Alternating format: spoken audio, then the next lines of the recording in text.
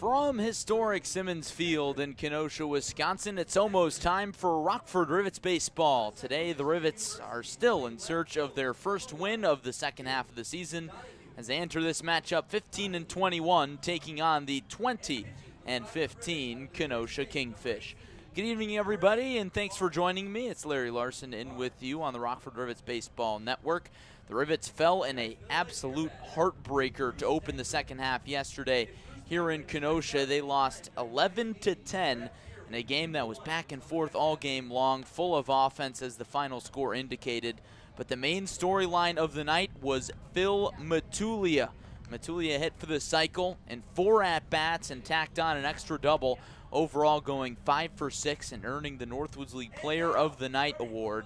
Matulia had one heck of a ball game, but it was not enough to boost the Rivets to the victory, as they allowed 3 runs in the bottom of the 8th to give away the lead, including 2 unearned runs to really seal the deal and hand Kenosha its first win of the second half. Of course, in the second half, all records reset, so the Rivets have a new chance to make the playoffs, as do the Kingfish, neither of these teams clinching a first half playoff spot. The Rivets will try to get things back on the track here as they've lost 8 of their last 10 games, and they are 1-4 on this road trip that wraps up today. Today's pregame interview is the man himself, Phil Matulia, the junior from Louisiana Tech. We talked about his cycle, some of his favorite memories from this summer so far, and his transformation from a catcher to an outfielder, in addition to some interesting shenanigans at Louisiana Tech having to do with a student section that supports him out in right field down there in Ruston. So here's today's pregame interview. It's Phil Matulia.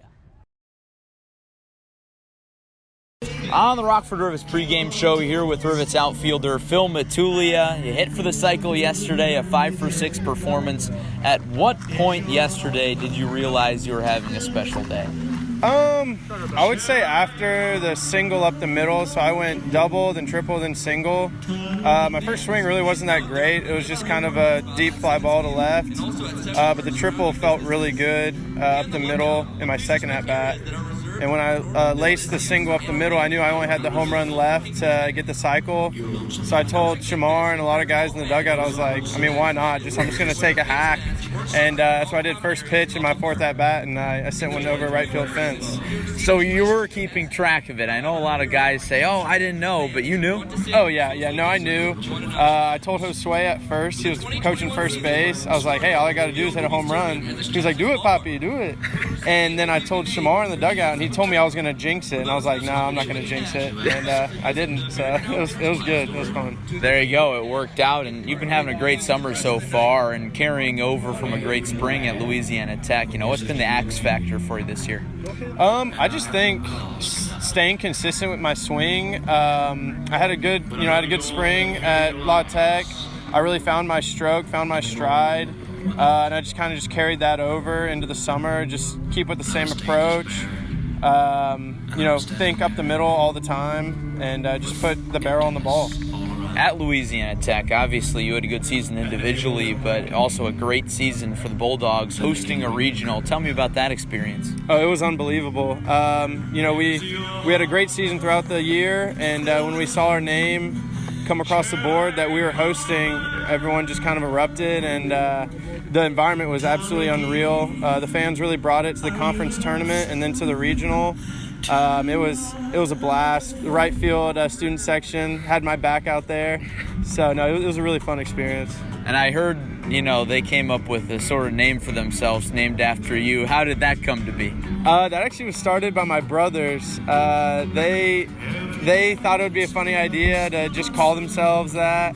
And they kind of carried it into the conference tournament. They made shirts. And people kind of caught on, and they loved it. And so they actually ended up giving away shirts out in right field to the student section. So they all had my name on their shirts and my number, and it was awesome. Yeah, they really kind of just started it and ran with it. And now that college athletes can make money, maybe you can make a little money off of that? I'm going to try to. I've gotten with a few people. We're thinking about making shirts, with that slogan on there. And so hopefully, something will come up. Certainly, so that's got to be quite the experience. And then one of your teammates down there, another teammate up here, Shamar Page, he mentioned to me the first time that I met him, I asked him about you, and he said, you run like a horse, even though you transformed from a catcher to an outfielder. What was that process like for you, going from catcher to outfield? It was a long process. So I came in as a catcher to Louisiana Tech. I had 2 knee surgeries my freshman year, and I just knew I wasn't going to be able to catch again. Just didn't feel the same. So I had to make the transition to the outfield. Was in physical therapy for 2 years straight, 5 days a week. And it's really paid off. I've gotten a lot faster, able to actually kind of feel my swing and able to run around all I want. So it's been a long road coming, but it's definitely paying off. I want to ask you a few quick rapid-fire questions here before we wrap up about your Rivets teammates and the experience so far this summer. And I'll start with, what has been the worst post-game meal you've had so far? Ooh, worst post-game meal. Jeez. I don't want to put anybody on blast. I got to think about this one. There's a few options. No, there are a few. I think we've had a few just like ham and cheese sandwiches. I mean, those are good, but it's just kind of basic. Getting pizza all the time isn't great. I mean, yeah, there's definitely a few options. Pizza's probably up there. It's good sometimes, but not every game, How about the best pre or post game meal you've had? Ooh, actually this pre-game meal is probably up there.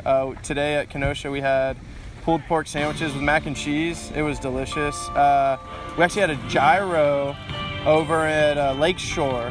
That was really good. So those are probably my top 2 for sure. So it's a gyro, not a euro.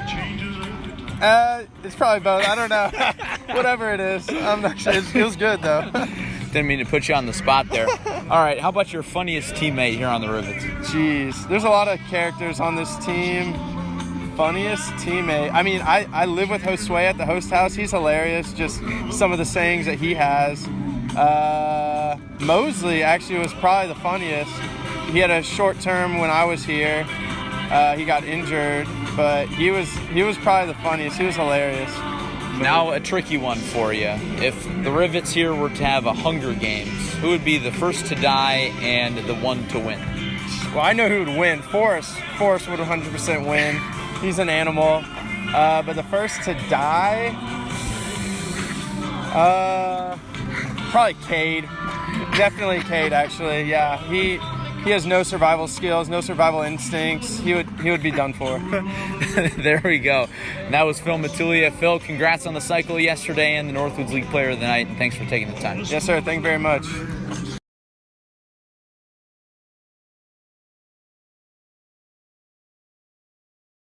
That was Rockford Rivets outfielder Phil Matulia. Thanks to Phil for taking the time before today's game. Today's start might be a few minutes delayed as we've had some rain in the area. It started raining right around 4 o'clock when the Rivets were supposed to start taking batting practice, and it just recently stopped. So the tarps have been pulled off the field, the lines have been re-chalked, and will be probably, I would guess, 3 or 4 minutes behind schedule. So not that big of a deal. We're just happy to be playing baseball. Rockford Rivets and Kenosha Kingfish set to get underway here in a few minutes. Original start time set for 6:05, but as I mentioned, probably on the later side of that. Let's take a look at today's pitching matchup as the 15-21 Rockford Rivets toss out Forrest Barnes, the right-hander from Missouri State, and the 20-15 Kenosha Kingfish will pitch the left-hander Ethan Peters, the sophomore from Loras College. Peters has 8 total appearances, not all of them starts. He's gone 24 2/3 innings, allowing an ERA of 4.38. And in his last outing, it was not the longest, back on July 1st at Kokomo, he went 3 innings, allowing 3 earned runs, 3 strikeouts, and 1 walk. Peters' main draw is a nasty 12-6 curveball from the left side, which can be very difficult to hit if you're not prepared for it. Fastball sitting in the high 80s and low 90s at times. As for Forrest Barnes, the sophomore from Missouri State, and stands at 6'2", 200 pounds, making his 4th start of the summer so far. He's got an ERA of 3.52 with a whip of 1.70. Forrest struggled in his last start. He did not go out of the first inning, as back on June 30th, he went that 1 inning, allowed 2 runs, but none of them were earned. Walked 1 and did not strike out a batter while allowing 2 hits. And so he hit the Northwoods League single innings pitch limit of 35 as a result of an error on Brody Harding, the shortstop, to extend the inning. And so Barnes could not go beyond that first frame. So that made things difficult on the Rivets bullpen.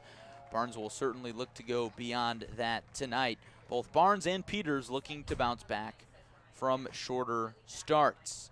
Taking a look at the conditions here in Kenosha, as we mentioned a few moments ago, it has been raining for most of the afternoon, so it is a gray and overcast sky with an occasional drizzle coming down. Yesterday, the wind was howling out. Today, the wind is howling in. Looks to be blowing in from left field, so that favors pitchers tonight, as that left field short porch always plays an effect on the ball game. The dimensions here in Kenosha, it's 314 directly down the left field line to a boat that is situated as the left field fence, but then the fence juts out and makes it 300 to straightaway left, 400 to center, and 330 down the right field lines. And today, with the wind blowing in, it favors the pitchers. We'll step aside, take a brief break for our national anthem, and come back with baseball, Rivets, and Kingfish coming up after this on the Rockford Rivets Baseball Network.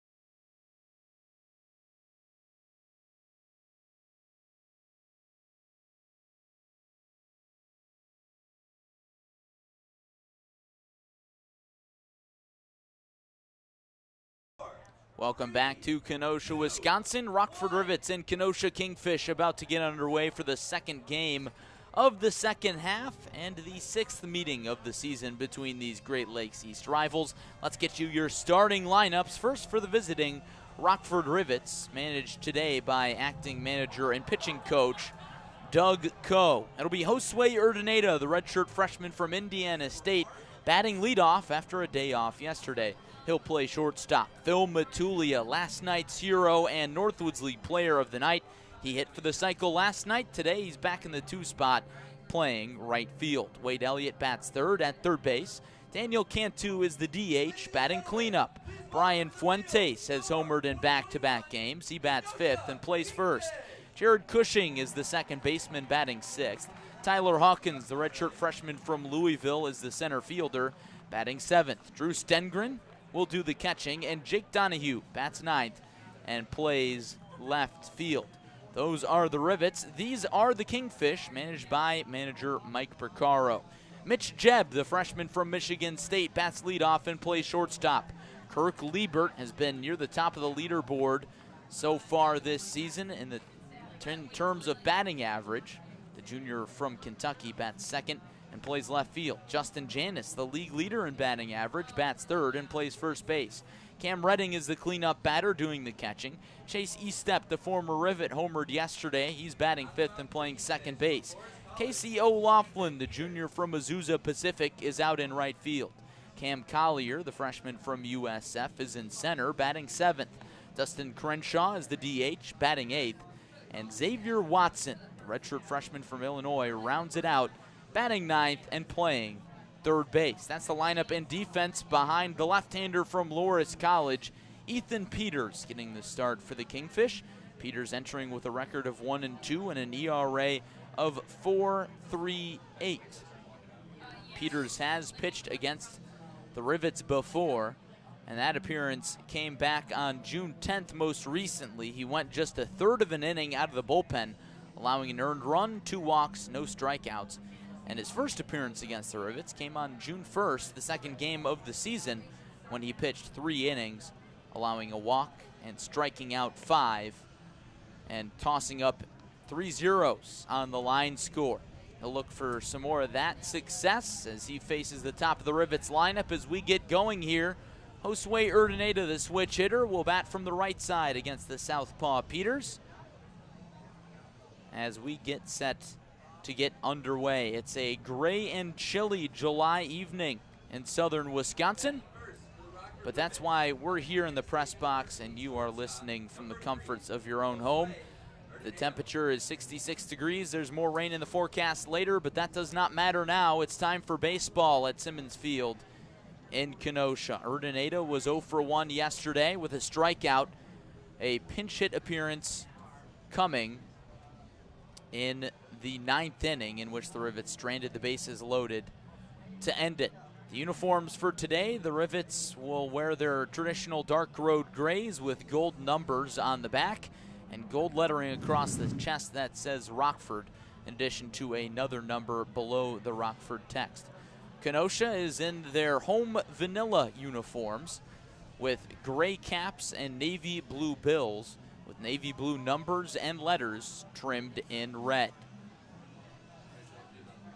We're waiting for some reason, I believe, for a tarp to be removed off the Rivets bullpen, and now that is tossed off of the field of play, we are ready for baseball. Peters, the left-hander from Loras College, juggles the baseball in his left hand, climbs on the right side of the rubber, working from the windup, kicks and delivers the first pitch, and it swung on and chopped down to third base. Xavier Watson gloves and throws in time.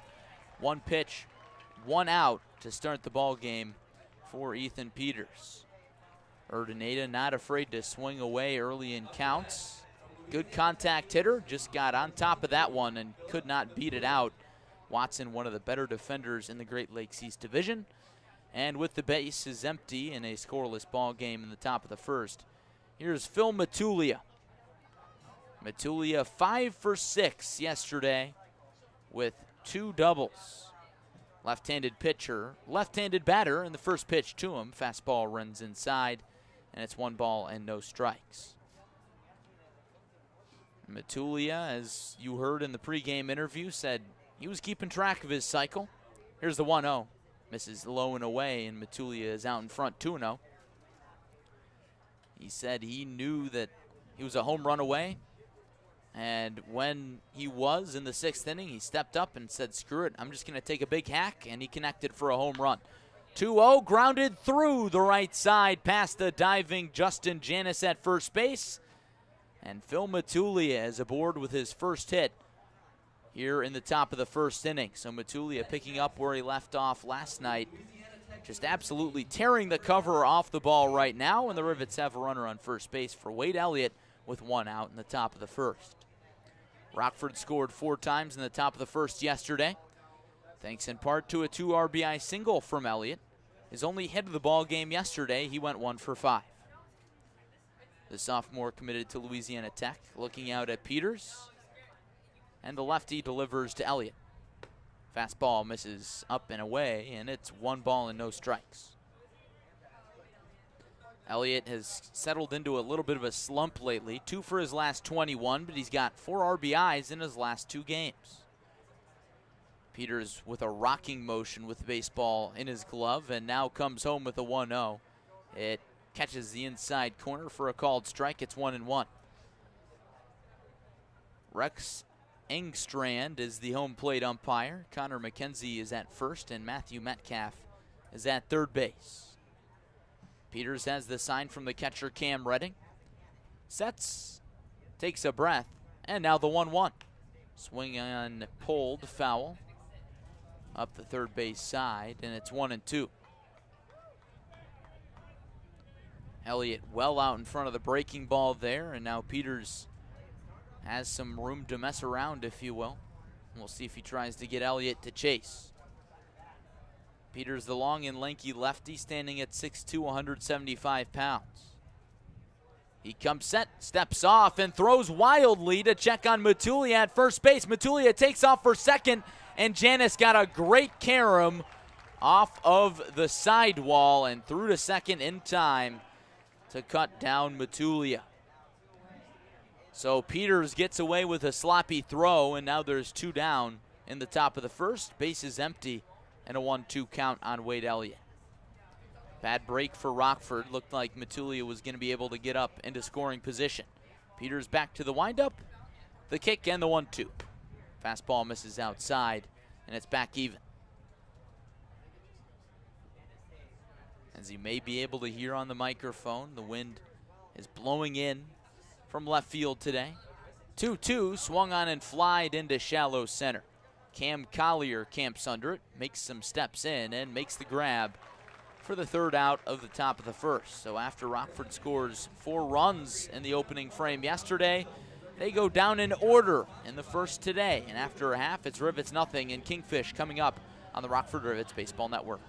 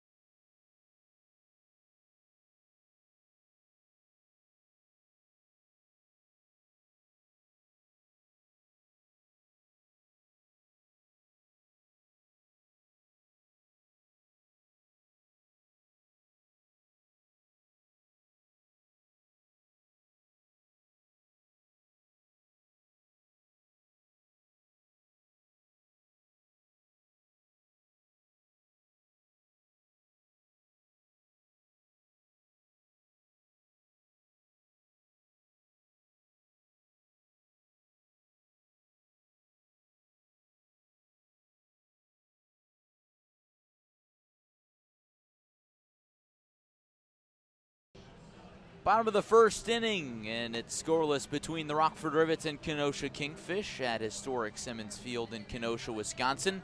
A gray and rainy day, but the skies have cleared just enough for us to get some baseball in tonight. It's the second game of the second half, with the Rivets falling in the first game of the half yesterday in an 11-10 heartbreaker to these Kenosha Kingfish. And Forrest Barnes takes the ball for the Rivets, trying to get them back on track. They've lost 8 of 10 games. The right-hander from Missouri State has an ERA of 3.52, making his 4th start of the season. The righty kicks and delivers the first pitch to Mitch Jebb. The left-handed batter takes a called strike 1 on a fastball down the heart of the plate. Mitch Jebb had the day off yesterday. He's batting .246. Here's the 0-1. Fastball in there for a called strike 2, a little more outside this time, and it's 0-2. Jeb sporting navy blue and red stirrup socks with his cream-colored Kenosha uniform. He gazes out at Barnes and the 1-2, or excuse me, 0-2, misses low, and now the count is 1-2. Drew Stengren, the catcher, with a block there with nobody on base. Rivets infield from left to right. Wade Elliott at third base. Josue Urdaneta at short. Jared Cushing at second. And Brian Fuentes at first base. Barnes from the windup. Tends to work very quickly. Here's the 1-2. Swinging a tapper up the middle. Urdaneta charges, gloves, throws across his body in time to get a hustling Jeb at first base. And it's 1 up, 1 down in the bottom of the first for Forrest Barnes. We're scoreless between Rockford and Kenosha. And here's Kirk Liebert, the junior from Kentucky. Kentucky native Kirk Liebert, former Rivet. Played for them for 2 seasons, in 2019 and 2020. And as soon as he leaves the Rivets, he has a breakout year as he is 7th in the Northwoods League in batting average. 5 for 15 against Rockford this season. First pitch to the lefty, swung on and shot foul back into the screen, and it's 0-1. Barnes, a big and burly figure, throwing from the right side on the mound. Holds the glove at the belt as Liebert climbs back in the box. He turns and fires. Liebert squares to bunt, gets it up the third base line, and it drops foul. Liebert trying to bunt for a hit, and it's 0-2. As a train chugs by beyond the right field wall. You'll hear a few of those throughout the game. Train tracks beyond the right field wall, and a busy street outside the ballpark behind the third base line. Liebert with a slightly open batting stance from the left side, fidgets his bat around, and awaits the 0-2 from Barnes. It misses downstairs. Stengren sliding out of his crouch to try and block it. Got away from him, but doesn't matter with the bases empty, and it's 1-2. Liebert batting .350 so far this summer with 3 home runs and 30 RBIs. Here's the kick and the 1-2. Misses low again, and it's back even at 2 apiece. During Barnes' warm-up pitches, it looked like he bounced almost every single pitch into Drew Stengren. The command looks a little better now, but the breaking stuff has not been there quite yet. 2-2, swing and a miss on a foul tip into the glove of Drew Stengren. And it's 2 up, 2 down in the first inning for Forrest Barnes. Batting next, out of the University of Illinois, number 38. Rivets and Kingfish scoreless here in the bottom of the first. And here's Justin Janis, the Northwoods League leader in batting average. Janis was the Big Ten batting champion this spring, picking right up where he left off. First pitch to the lefty. Fastball misses down and in. Got a piece of the home plate umpire, Rex Engstrand, and he's going to walk that one off. He's going to walk all the way out to the mound and hand Forrest Barnes a new baseball. A little shaken up after that one. Drew Stengren putting his hand on the umpire. Looks like he's all right, though. Justin Janis has the night off, had the night off last night. Kenosha resting a lot of their big names yesterday, still coming out with a win. Here's the 1-0 pitch. Fastball misses downstairs, outside this time, 2 balls and no strikes. Janis doesn't have a ton of power. Kick in the 2-0. Fastball runs too far outside, and it's quickly 3-0 on the freshman from Illinois. Barnes stretches his arms out, now holds the glove in front of his face, takes a breath, and the 3-0 misses low, and it's a 4-pitch walk with 2 outs in the bottom of the first.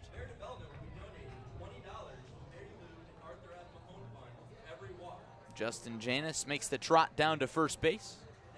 And here's the cleanup batter, Cam Redding, the sophomore from St. Louis.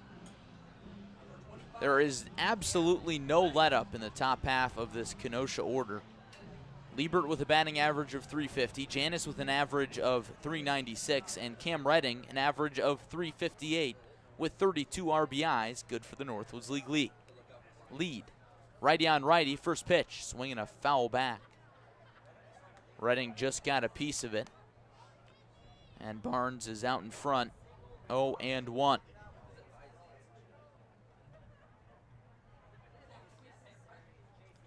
Barnes from the stretch now. Gazing in for the sign from Stengren. Now he comes set at the letters, gives a look at Janis, and fires the 0-1. Misses down and away, knocked down by Drew Stengren. Capped Janis at first base there. Really difficult stop on what looked like a slider in the dirt. Stengren wiping some dirt out of his mask before he pops it back on. It's an old style mask for Stengren, rather than the hockey style that a lot of catchers wear now. Stengren sets up outside, the set and the 1-1. Breaking ball misses low. It's 1 ball and 2 strikes. As we mentioned at the top of the show, Forrest Barnes really struggled in his last start. Did not make it out of the first inning. Threw over 35 pitches against Battle Creek on June 30th. Here's a set and the 2-1 swung on and pulled foul up the third base side. And it's back even at 2 apiece.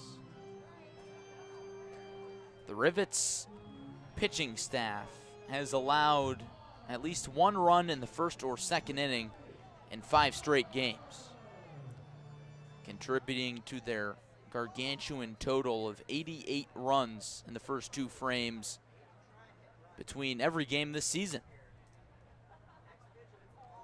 Here's the 2-2. Swing and a miss on a high fastball. Forrest Barnes retires Cam Redding to end the bottom of the first, and he strands Justin Janis on the first base bag after a 2-out walk. So after 1, we're scoreless between Rockford and Kenosha on the Rockford Rivets Baseball Network.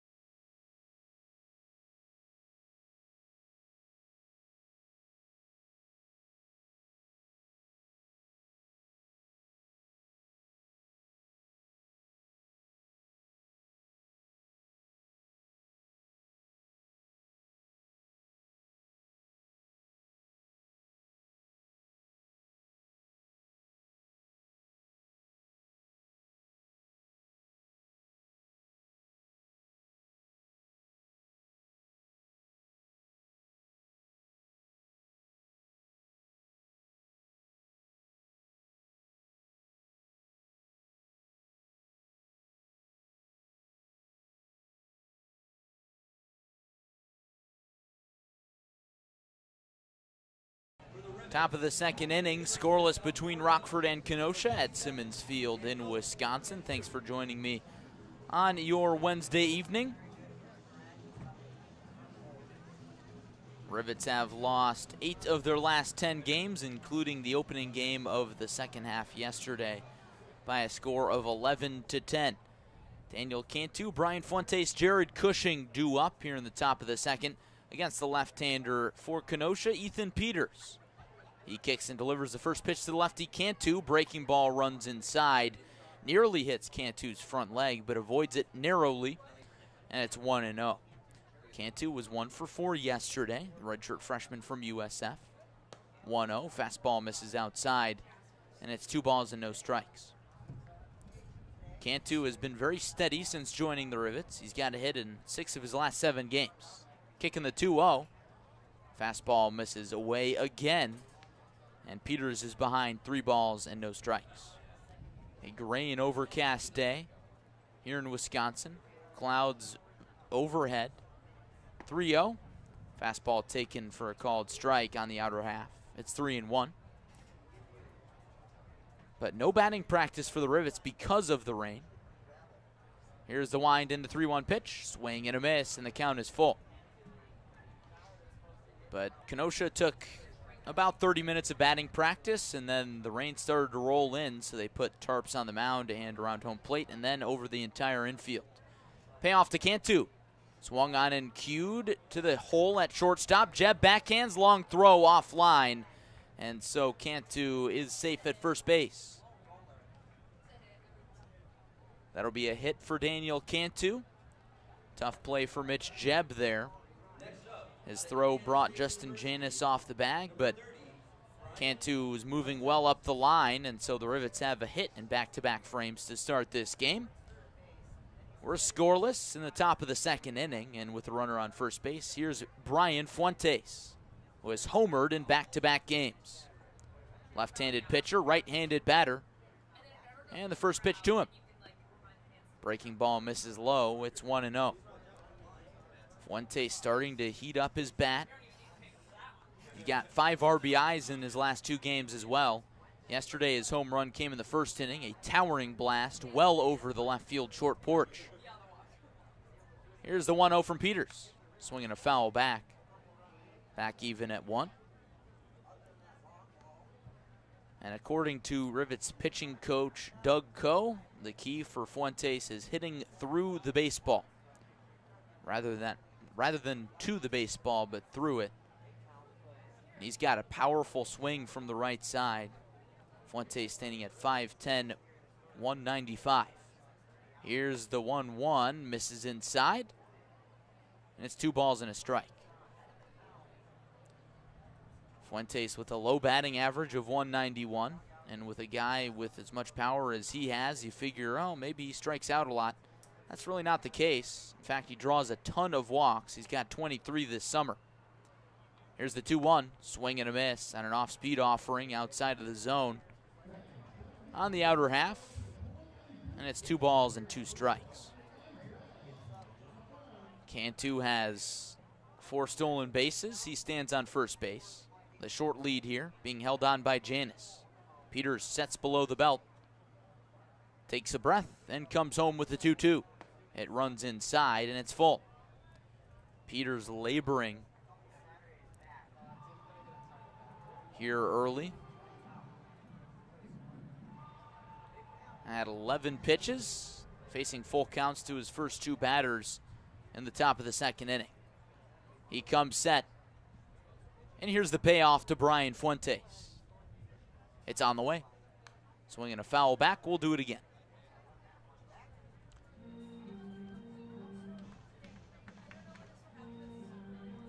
Fuentes has his hometown listed as Crystal Lake, Illinois, but if you ask him, he calls Caracas, Venezuela home.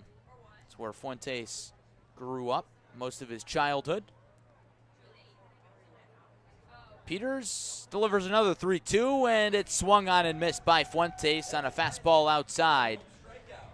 And that's out number 1 in the top of the 2nd inning. Daniel Cantu remains on first base. First strikeout for Peters of the afternoon. And here's Jared Cushing. Rivets and Kingfish scoreless in the 2nd inning. Jared Cushing, the redshirt freshman from Xavier, playing second base for the Rivets tonight, batting .238. Left-handed pitcher, right-handed batter, and the first pitch is swung on and lined into deep left. Long run for Kirk Liebert, and he's not going to get there, and it bounces off the boat in left field. Cantu on his horse. He's going to stop at third base, and Jared Cushing chugs into second with a double. The Rivets have runners on second and third base in the top of the 2nd. That ball was crushed by Cantu, and anytime a ball is lined into left field here in Kenosha, you can't help but hold your breath because it's 300 just straight away. But Cantu hit that one down the line where it's 314 directly down the line. And yes, there is a boat situated as the left field wall. Now Ethan Peters is in a jam against Tyler Hawkins, the right-handed batter from Louisville. 1 for 5 yesterday. First pitch to him, swing and a miss.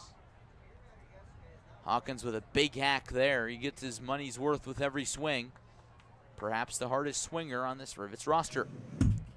Rain starting to come down again here in Kenosha. Press box windows being closed.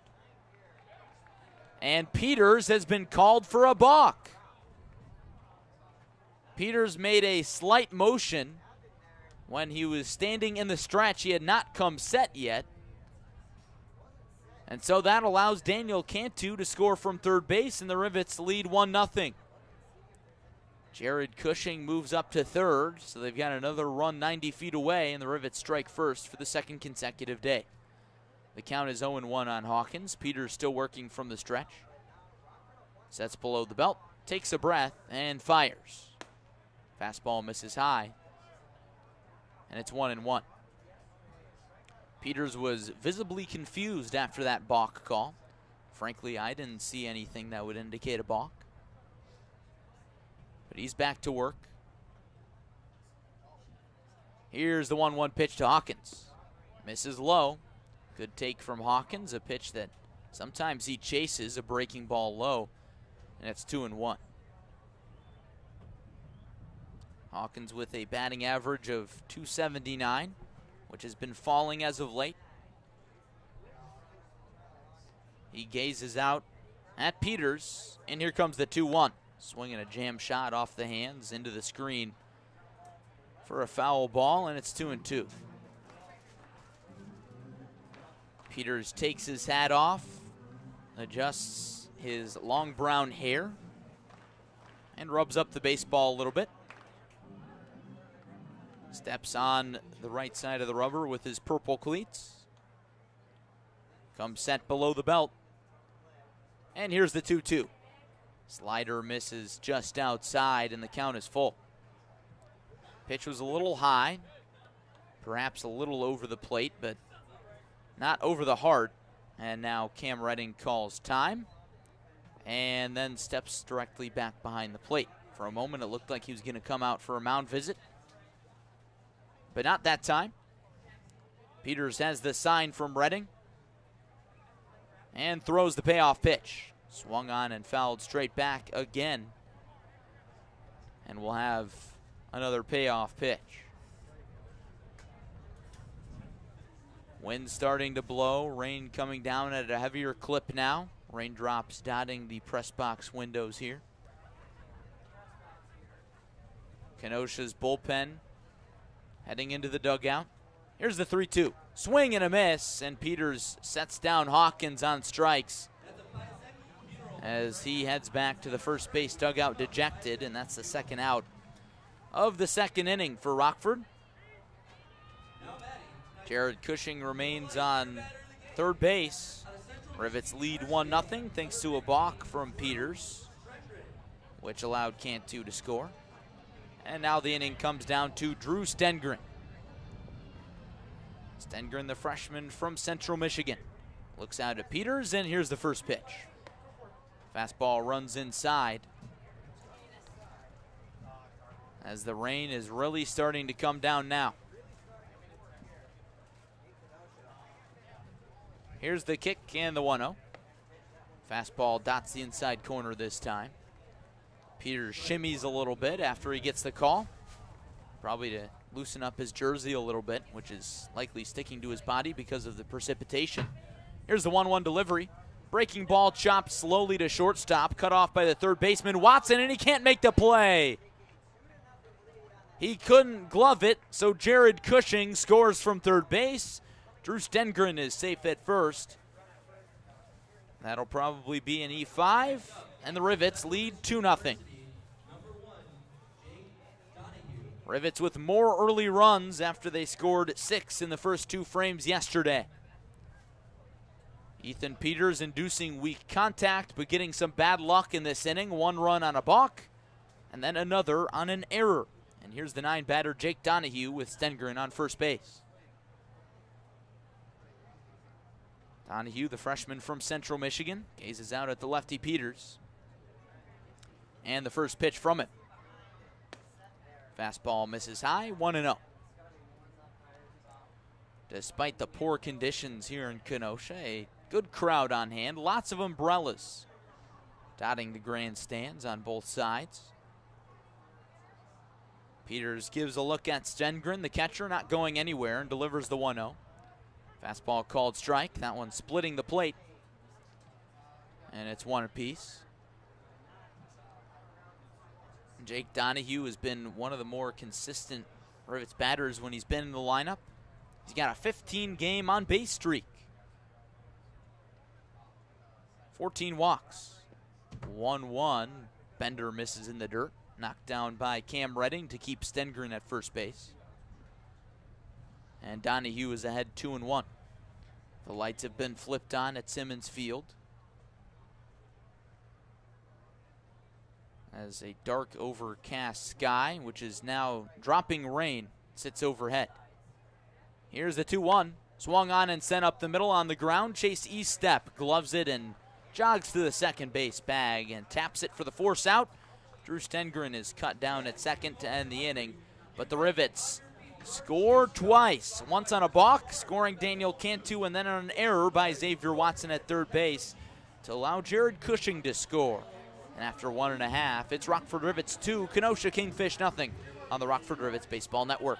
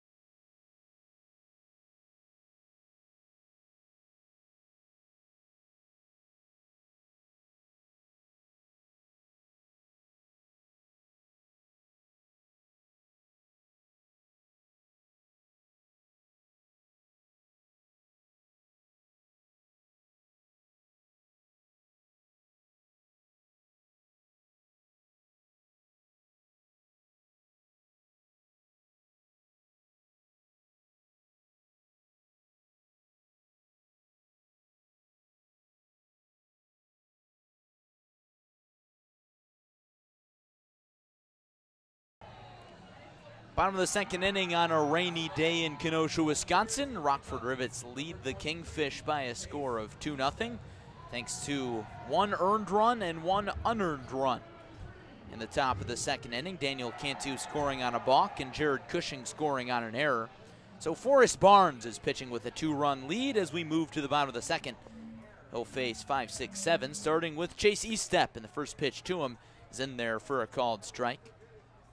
Right at the knees, and it's 0-1. Eastep, the 2020 Rockford Rivet, homered in his summer debut yesterday. Here's the 0-1. Called strike again, same spot, same result. Eastep holding his head down, kind of looking at the spot in disgust. And he's behind 0-2. Eastep belted 3 homers for the Rivets last summer. The 0-2, fastball misses down and away, and it's 1 ball and 2 strikes. The wind is whipping in from left field. as rain pours down on historic Simmons Field. 1-2 on the way. Swing and a miss on a high fastball, high and outside. And E-step is retired. Third strikeout for Forrest Barnes. Here in the bottom of the second inning, Rivets lead at 2-0, and the bases are empty for Casey O'Laughlin. A very heavy, lefty-heavy order, I should say. First pitch to the lefty O'Laughlin. Fastball runs inside. O'Laughlin squared to bunt, pulled back, and it's 1-0. O'Laughlin, the junior from Azusa Pacific, was 1 for 4 yesterday. 1-0, big hack and a miss. Back even at 1 apiece. Barnes has the swing and miss stuff working today. Located the fastball very well. The kick and the 1-1. Fastball runs too far outside on the two-seamer. 2 balls and 1 strike. Multicolored umbrellas dot the seats in the stands. 2-1, fastball misses low and outside again. And Barnes is behind 3-1.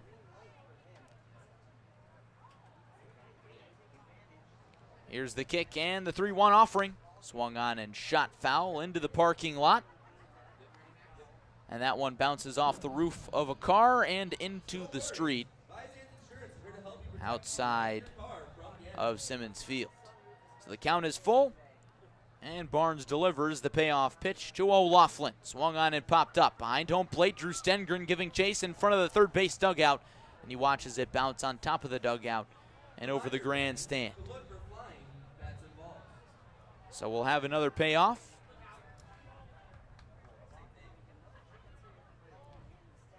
Barnes dealt 18 pitches in the first inning.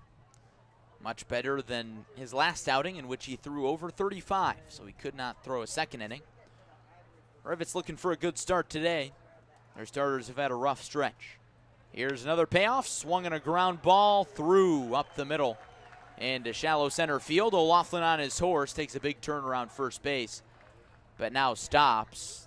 The wet grass really slowing down that baseball. But the Kingfish have a 1-out base runner in the bottom of the second. They trailed the Rivets 2-0. And here's Cam Collier, the freshman from South Florida. One of just 3 lefties, or righties, I should say, in the Kenosha order. Kenosha 3rd in the league in batting average, 3rd in the league in on-base percentage. One of the best hitting teams in the entire Northwoods League. Got him to a second-place finish in the first half. First pitch from Barnes. Fastball misses down and away, snared by Stengren. He pump fakes to first base, but O'Loughlin's not going anywhere. And the count is 1-0. Barnes likes to work quickly, but we'll see how the rain affects that. Of course, pitchers need to have that good grip. The rain does not help the cause. Here's the set and the 1-0 pitch. Fastball dots the outside corner. It's 1-1.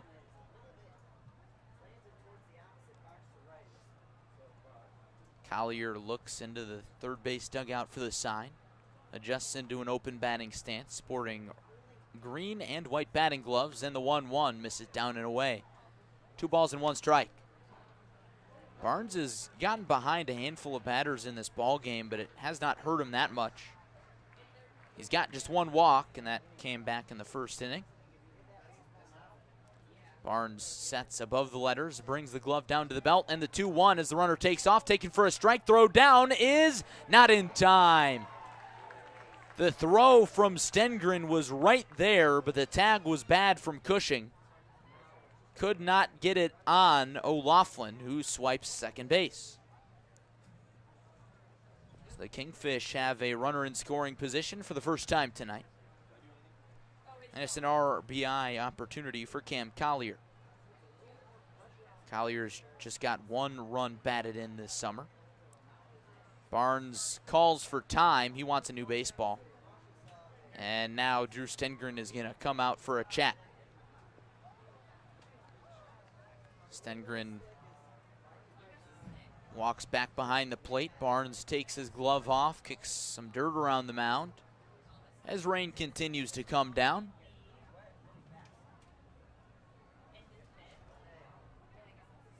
Now the home plate umpire signals to the press box that that mound meeting is the Rivets first. It's a 2-2 count on Collier. Barnes gazes in for the sign through the rain. He's got it. And now the 2-2 offering. Swung on and tipped back to the screen. Still 2-2. Bat boy out of the dugout for Kenosha to snag that baseball. And hands Rex Engstrand a new batch of baseballs. Barnes is going to need some dry ones as he's missed a lot low of the zone here. Here's another 2-2. Fastball misses outside and the count is full. Rivets team hiding below the dugout awning on the first base side. Those not on the field, of course. Here's the 3-2, swung on and flied into shallow center field. Tyler Hawkins coming on. Phil Matulia gets called off, and Hawkins makes the grab, tosses the ball back into the infield, and that's out number 2 in the bottom of the second inning. Rivets lead the Kingfish 2-0. Runner on second base with 2 down for Dustin Crenshaw, the freshman from Grand Canyon. Crenshaw played yesterday in a Kingfish win. Went 1 for 3. Left-handed batter, right-handed pitcher. Crenshaw with a wide and slightly open batting stance, and the first pitch to him. Swung on and tipped off the mask of Stengren. And so Rex Engstrand is going to walk out from behind the plate and toss Barnes a new baseball and brush off home plate, which is now tinted brown because of the muddy dirt. He brushes it off a little bit. I imagine that would be hard to see if you're the pitcher today. We can barely tell the difference between home plate and the rest of the dirt up here in the press box. Here's the 0-1. Swung on and fouled off to the left side, out of play. And it's 0-2. As rain continues to come down, that's another incentive for pitchers to work faster. The quicker you throw pitches, the quicker you get out of innings. Barnes looking to strand a runner on second here. Here's the 0-2 pitch. Swung on and grounded up the middle into center field. Hawkins charges, and O'Loughlin is sent around third base. He's going to score, and it's an RBI single by Dustin Crenshaw in the bottom of the second. Rockford's lead is cut in half. It's now 2-1. Good piece of hitting right there as that one was chopped right past Forrest Barnes. Not much he could do. He tried to knock it down to no avail. And now with a runner on first base, here's the 9 batter, Xavier Watson, the redshirt freshman from Illinois. Watson went 2 for 4 yesterday, snapping a tough stretch for him. First pitch to the righty, misses down and away, 1-0. So Watson had a 2-hit day yesterday, which snapped an 0 for 19 stretch. Crenshaw with good speed off of first base, takes a big lead. Barnes sets and throws the 1-0. Fastball splits the plate, lower half of the zone, taken for a called strike, 1-0. The fans who have stuck around are either sporting ponchos, hoodies, or umbrellas. Got to come prepared for the weather. The 1-1 from Barnes, laced into shallow right field. That one drops. Matulia fields, and Crenshaw goes from first to third. Nobody's covering second base. Watson goes in and dives into second, and he's out. The throw went into Josue Urdaneta, the shortstop, who was behind the second base bag, and he was able to win the foot race and tag out Watson to end the inning. But Forrest Barnes allows an RBI single to Dustin Crenshaw, and our new score after 2 is Rivets 2, Kingfish 1 on the Rockford Rivets Baseball Network.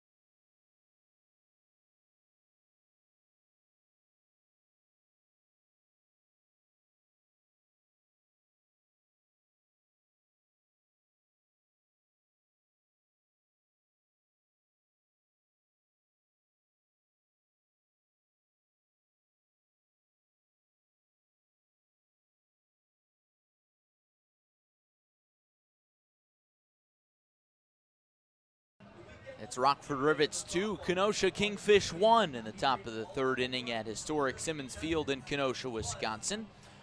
Rivets pulling ahead thanks to 2 runs in the top of the second inning. Daniel Cantu scoring on a balk and Jared Cushing following after an error on the third baseman Xavier Watson. And in the bottom half of the second, Kenosha gets one back on an RBI single by Dustin Crenshaw, but a far cry from the early runs that we saw yesterday. After 2 innings yesterday, it was 6-3 in favor of the Rivets. Rockford would go on to lose a heartbreaker 11-10 to open the second half of the season. Ethan Peters, the lefty from Loras College, back out for the third inning. He'll face the top of the order, starting with Josue Urdaneta. The kick and the first pitch to the right-handed batter. In there for a called strike. Nice breaking ball. It's 0-1. Urdaneta grounded out his first time on the first pitch of the ball game down to third base. Rivets speedster awaits the 0-1. Breaking ball swung on and chopped foul behind the plate. Quickly 0-2. Josue, a native of Maracaibo, Venezuela, has struggled mightily as of late. 1 for his last 18. Peters turns and fires the 0-2. Backdoor breaking ball called, strike 3. A delayed call from home plate umpire Rex Engstrand, but it looks the same in the scorebook. A backwards K for Josue Urdaneta to start the top of the third inning. Base is empty, 1 out for Phil Matulia, who was 1 for 1 with a single. Rivets lead at 2-1. Matulia hit for the cycle yesterday. Has already checked the single on that box today. Lefty on lefty matchup here in the first pitch. Slow breaking ball misses down and in. 1-0.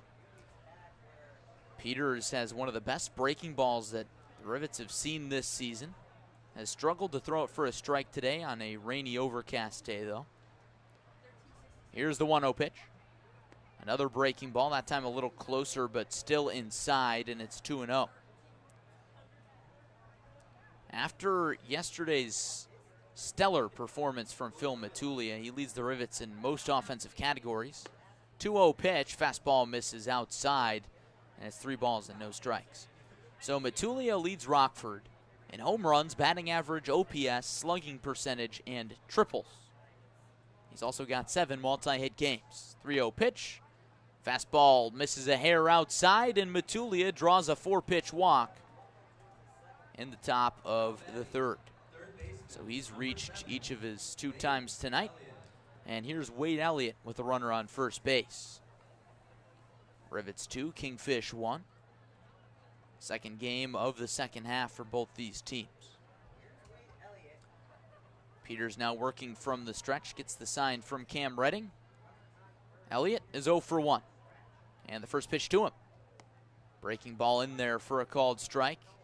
That one dropping right over the heart after starting a little bit outside. And it's 0-1. Elliott flied out to center field for the third out of the first inning. Peters with a big breath and the 0-1, shot foul into the open air concourse, bounces off an aluminum structure and into a forest that sits just outside Simmons Field on the first base side, and it's 0-2. Elliott in a little bit of a rut with the Rivets recently. 0-2 offering. Fastball misses low, knocked down by Redding, so Matulia stays put. It's 1-2. But a few days ago when the Rivets were in Kalamazoo, Michigan for a 2-game series in which they dropped both games, I asked Wade, I said, you banged up, or is it something mental? And he said the mental process for him in the middle of the season usually slows down a lot. Here's the 1-2, swing and a miss on an inside breaking ball, and Elliott is set down on strikes. 4th strikeout of the evening for Ethan Peters. 2nd out of the top of the 3rd inning. Matulia remains on first base with the Rivets leading by 1, and here's Daniel Cantu. But Wade told me that this always happens to him in the middle of the season. He says, sometimes I try to make little adjustments to my swing and they just don't work, so I start slumping. Lefty on lefty, first pitch to Cantu. Breaking ball slides too far outside, taken for ball one. Cantu is 1 for 1 with a single and a run scored in the second. The redshirt freshman from South Florida taps the plate twice, settles into a closed batting stance. Moves the bat back and forth, and the 1-0 bounces and gets away from Cam Redding. That one kicks high up the screen behind home plate, and Matulia walks to second base. And so the Rivets have a runner in scoring position. That could be important, as there may be a chance that this game does not get played in full regulation as it continues to rain. And looking at the weather radar, looks like it's going to continue to rain on and off for the rest of the night. Some heavy rain off to the southwest. Not sure if that'll stretch up here. But before the game, it was raining for a good few hours. The tarp was on the field until about 5:30 for a 6:05 first pitch. Ethan Peters has now been handed a tool to clean the dirt out of his cleats, as the clay is stuck in them. Peters with bright purple and gold cleats with his vanilla-colored Kenosha Kingfish uniform. No, purple is not a color of the Kenosha Kingfish, but purple is a color of Loras College, where Peters plays his college ball. Now we're back to our regularly scheduled programming. Peters nods at the sign from Redding, comes set at the belt. And here's the 2-0 to Daniel Cantu. It's on the way. Misses down and outside, and it's 3-0. Peters already issuing one 4-pitch walk to Phil Matulia earlier this frame. We'll see if he can come back and get Cantu. He takes a breath in the 3-0 pitch. Check swing from Cantu. Did he go around? He did, says the third base umpire, Matthew Metcalf, who is now stationed in front of second base. Weird angle for the third base umpire to try and make that call on the appeal. But no less, it's 3-1. Cantu had the green light there. I'm sure he does again on 3-1. And here's the pitch from Peters. Fastball misses high and outside, and Cantu hops on down to first base with a 2-out walk. So Matulia stays on second, Cantu on first base, and here's Brian Fuentes, who has homered in 2 straight games. Tonight, he's 0 for 1 with a swinging strikeout. Rivets leading 2-1. Scoring twice in the top of the second. 2 more runners on here in the third. Peters just needs 1 out to get out of the jam. Left-handed pitcher, right-handed batter. And the first pitch. Fastball misses up and in. 1-0. Fuentes, one of 2 Venezuelans on this Rivets roster. Josue Urdaneta, another one. Both ball players attend Indiana State. 1-0 pitch to Fuentes. Fastball called strike. He thought about going around on it, but instead watched it in there. Nods his head outside the right-handed batter's box, and now taps the plate once, spins the bat around in his hands.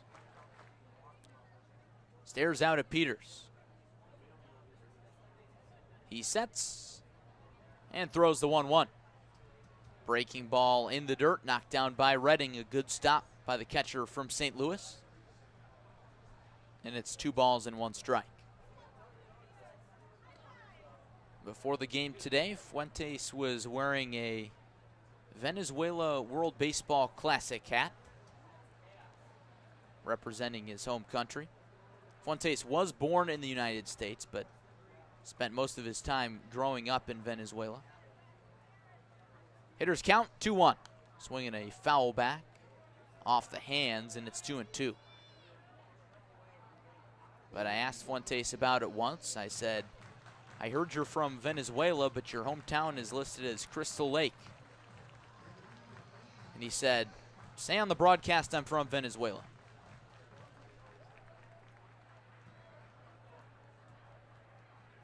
Peters sets below the belt, takes a breath, and fires the 2-2. Breaking ball called, strike 3 on the outer half, just catching the lower outside corner of the zone. Fuentes doesn't like the call, but he's the third strikeout victim and the third out of the top of the third inning. Rivets strand 2 and don't score. It's still 2-1 Screws after 2.5 on the Rockford Rivets Baseball Network.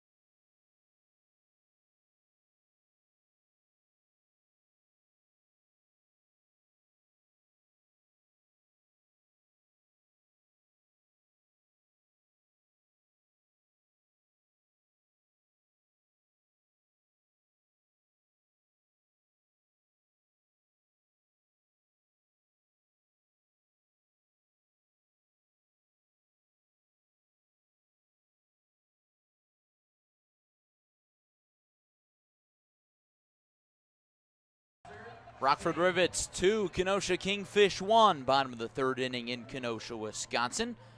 Rivets scoring 2 runs in the second inning thanks to a balk and an error. So Forrest Barnes has 1 run of padding as he will face the top of the order, starting with Mitch Jebb. Kirk Liebert and Justin Janis due up behind him. Kick in the first pitch to the lefty. Breaking ball misses high and outside, and it's 1-0. Jebb, one of a few Big Ten products in this Kingfish lineup. He's 0 for 1 with a ground out to shortstop in the first. Barnes winds and delivers.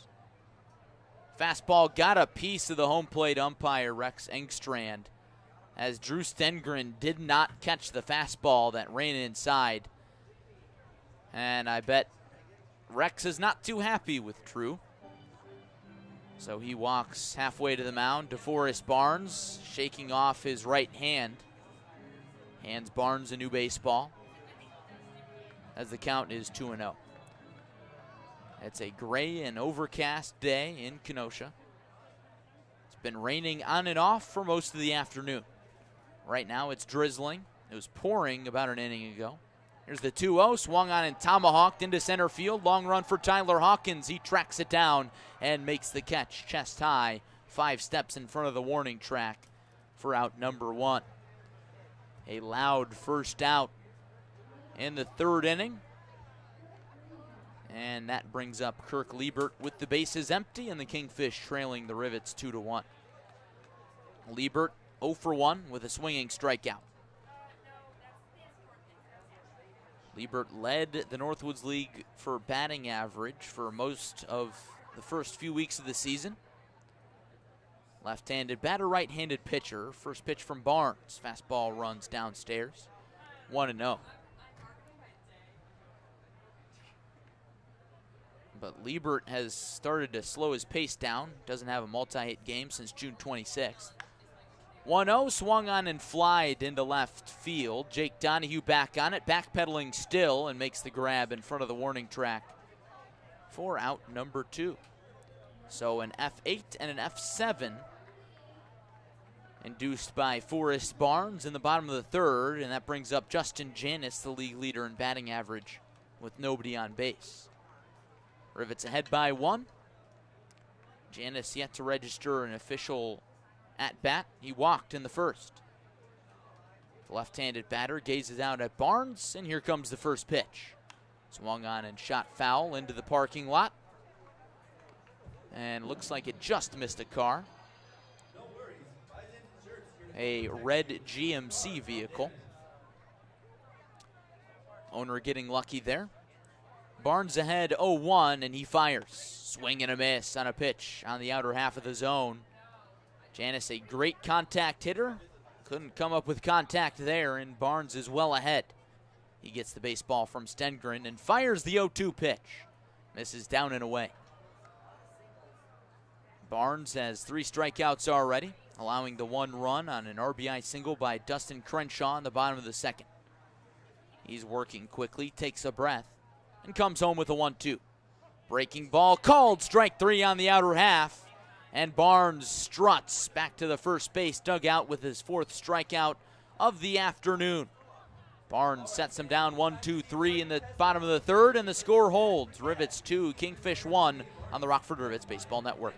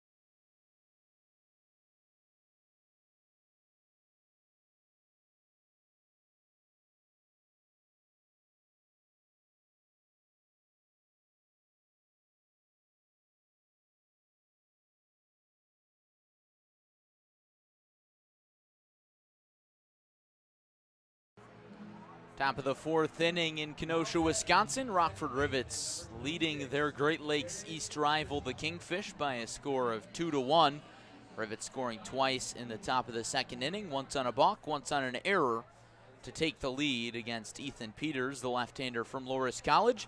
He's still out there for the 4th inning of work. He'll face Jared Cushing, Tyler Hawkins, and Drew Stengren, and the first pitch to Cushing. Fastball misses high, and it's 1 ball and no strikes. Cushing doubled and scored in that 2nd inning, crushing a ball down the left field line that one-hopped the Bambino, a boat that is resting down the left field line. 1-0, swung on and lined into center field, but Cam Collier takes 2 steps in and makes the grab head high, and that's out number 1 in the top of the 4th. Cushing with a lot of good contact today, but to no avail there. And here's Tyler Hawkins with the bases empty. Rivets lead 2-1. Hawkins is 0 for 1 with a swinging strikeout. Hawkins has 36 strikeouts this year, and the first pitch from the lefty Peters swung on and lined into center again. This time Collier moves back on it and camps underneath it and makes the play again for the 2nd consecutive out. 2 quick outs for Ethan Peters in the top of the 4th inning, as he's starting to settle in, and he faces the 8-batter Drew Stengren now. Bases empty for the catcher from Central Michigan. He reached on an error in the 2nd inning, which brought home Jared Cushing. Peters working from the windup, nods at Cam Redding behind the plate, and comes home with the first pitch. Swung on and popped foul up the first base side. Out of play, it's 0-1. That ball bounced off of a plastic table, which was stationed behind the grandstand. There have been a few foul balls landing in that area today. Here's the kick in the 0-1. Fastball misses high and outside. Stengren with a good eye there, and it's 1-1. Stengren has just 3 hits so far this summer, but one of them is a home run. Here's the 1-1. Swinging a chopper, back to the mound. Peters skips off the mound, gloves it, and throws underhand to Justin Janus at first base to record the 3rd out of the frame. It's a 1-2-3, top of the 4th inning for Ethan Peters, and the score remains Rockford Rivets 2, Kenosha Kingfish 1 on the Rockford Rivets Baseball Network.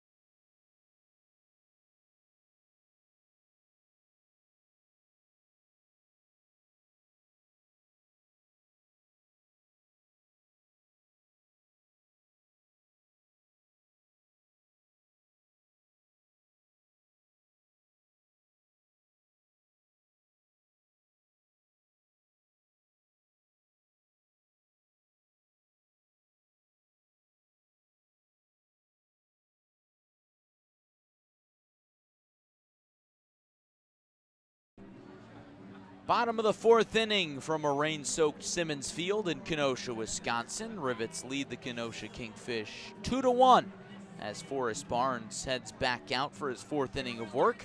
The right-hander from Missouri State has been solid so far. His only blemish, an RBI single from Dustin Crenshaw in the bottom of the 2nd inning. Barnes will face 4, 5, 6 in the Kingfish order, which is always tough to navigate, starting with Cam Redding. Righty on righty matchup, and the kick in the first pitch, swinging a tapper back to the mound. Barnes fields and flips underhand to first base in time for an easy first out. 1 pitch, 1 down in the bottom of the 4th. The Rivets lead it 2-1, and here's Chase Eastep, who's 0 for 1. Just before the inning got underway here at Simmons Field, the Rivets infield had a little bit of a mishap. And traditionally, when between inning warm-ups are over, the catcher throws down to second base, practicing a throw for a stolen base. First pitch to Eastep, misses, looked like it missed down and away. Instead, it's a called strike. It's 0-1. Eastep struck out swinging his last time, kicking the 0-1 pitch, swung on and fouled into the parking lot. And it's 0-2. But on the catcher Drew Stengren's throw down to second base, Rivets second baseman Jared Cushing wasn't ready. In fact, he wasn't looking at Drew Stengren, and the throw hit him directly in the stomach. Here's the 0-2, swinging a chopper foul into the Rivets first base dugout. And I mean, the throw was on the money. I mean, it was perfect. And let's just say that Jared Cushing was a few inches away from being very, very unlucky. He appears to be okay, though. Here's the 0-2. Fastball runs inside, 1-2. Rivets infield with a good laugh about it. I think I saw Brian Fuentes still laughing after the first out of the inning was recorded. Maybe Cushing doesn't think it's so funny. Here's the 1-2. Fastball runs outside. It's 2 balls and 2 strikes. And generally, Jared Cushing is one of the jokesters on this team. So a laugh at his expense this time. Barnes turns and fires. Swinging a high chopper to Cushing. He charges, now waits back on it, and throws quickly to first base in time to beat a hustling E-step. And it's 2 outs in the bottom of the 4th inning. 2 ground outs induced by Forrest Barnes as he's clipping right along. And here's Casey O'Loughlin, who's 1 for 1 with a single and a run scored.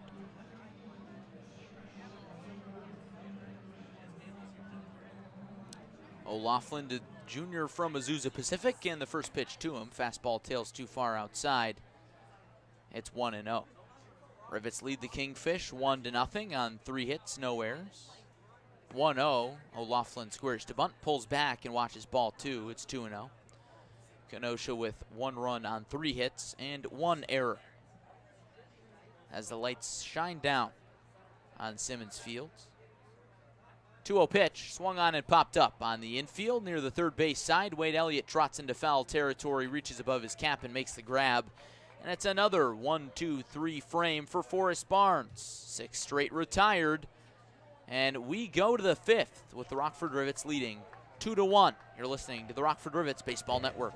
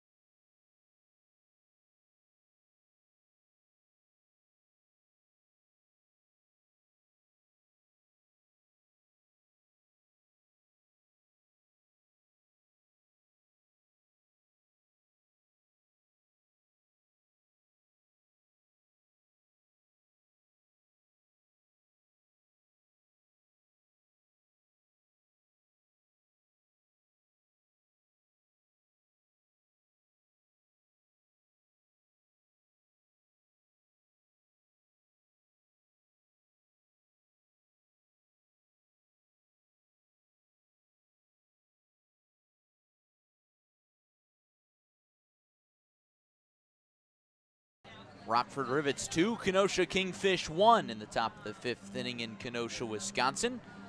Rivets and Kingfish playing the second game of a 2-game series here, with the Kingfish taking game 1 yesterday by a score of 11-10, a game highlighted for the Rivets by a cycle from Phil Matulia, but they were unable to capitalize for the victory. Rockford still looking for its first win of the second half. Ethan Peters back out for another inning of work, and the first pitch to the 9-batter, Jake Donahue, is in for a called strike. On a fastball on the outside corner, it's 0-1. Both Peters and Forrest Barnes have worked efficiently the last few innings. Peters at 65 pitches now. Here's the 0-1. Breaking ball in there for a called strike 2. There is action in the Kingfish bullpen. We'll get a number on him shortly. But meanwhile, there's no reason to take Peters out of the ball game. He kicks and delivers the 0-2 pitch. Donahue takes outside. It's 1-2. All the scoring in this one done in the second inning so far. Rivets with 2 runs in the top half, scoring on a balk and an error. 1-2 to Donahue. Swung on and lifted in the air into right field. Casey O'Laughlin back on it and makes the grab for out number 1 as a train chugs by behind him. 1 up, 1 down in the Rivets' 5th inning, and that brings up the top of the order in Josue Urdaneta. Urdaneta is 0 for 2 with a ground out and a strikeout looking. First pitch from the lefty Peters. Misses down and outside. It's 1-0. Rivets lead it 2-1. Josue is now just 1 for his last 20, including a strikeout last night in the 9th inning with the game on the line. Here's the 1-0. Swung on and poked in foul ground. Long run for Justin Janis. He moves into the Rivets bullpen and can't make the catch. Didn't even reach out to try and grab it. Looked like it may have been within an arm's reach.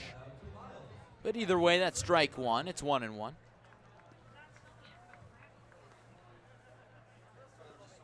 Josue, a switch hitter. More comfortable from the left side than the right side. As rain starts to come down on Simmons Field again at a pretty good clip. Looks like some bigger raindrops this time. Josue trying to tack up his bat with some pine tar. Now takes some check swings with it, wipes it off using his dark gray pants. Peters with a new baseball on the mound, working from the windup. Has the sign from Cam Redding, turns and delivers the 1-1. Breaking ball misses above the letters to the 5'9" Urdaneta. And it's 2-1. Josue moving towards the front of the batter's box. Here's the 2-1. Breaking ball runs inside. Urdaneta leans out of the way, and it's 3-1. Josue, the leading base stealer for Rockford.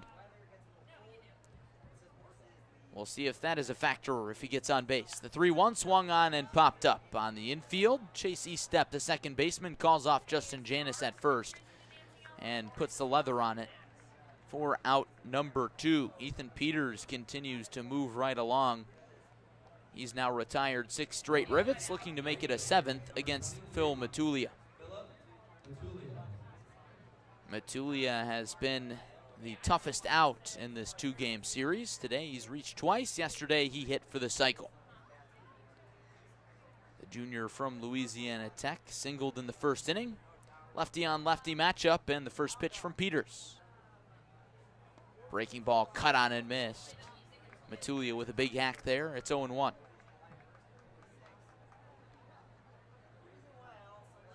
Matulia with such a good spring at Louisiana Tech, he garnered his own fan section in right field for the NCAA Regional.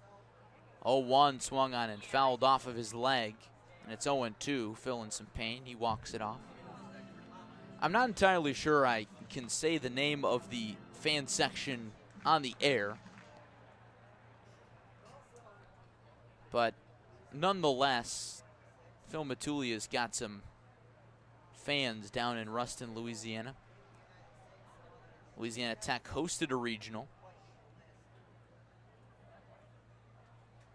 And after Matulia won Northwoods League Player of the Night last night, the Barstool Sports account for Louisiana Tech quote tweeted the tweet. So Matulia has a big following down there. Long pause from Peters, and now time is called. I believe the account tweeted something like, "Back off, Northwoods League, he's ours." So they're getting a little defensive. Here's the wind and the 0-2.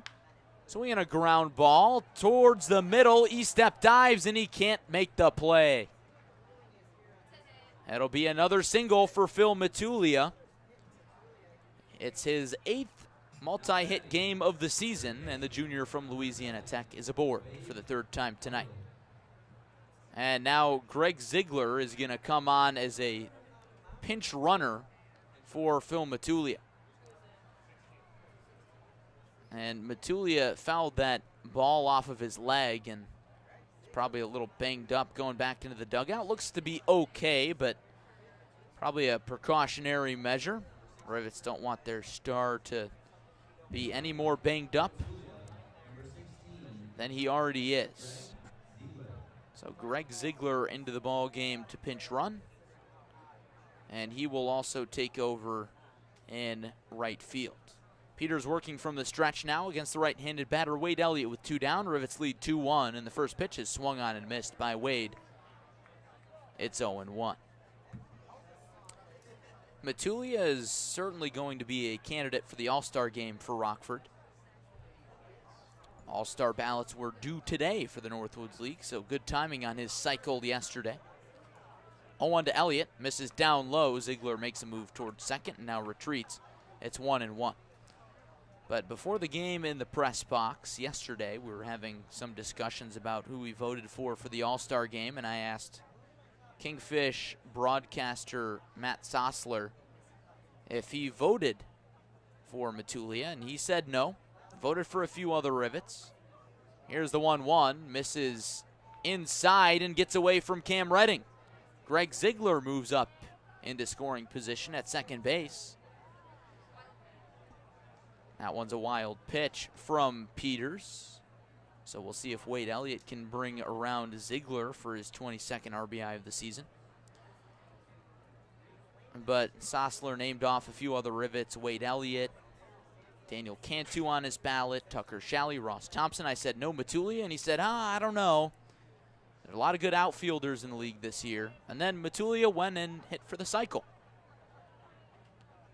Peters pauses at the belt and delivers the 2-1. Swing and a miss on a breaking ball that ran way inside on Elliott. Looked like it almost hit him, but he still swung and missed. And it's 2-2.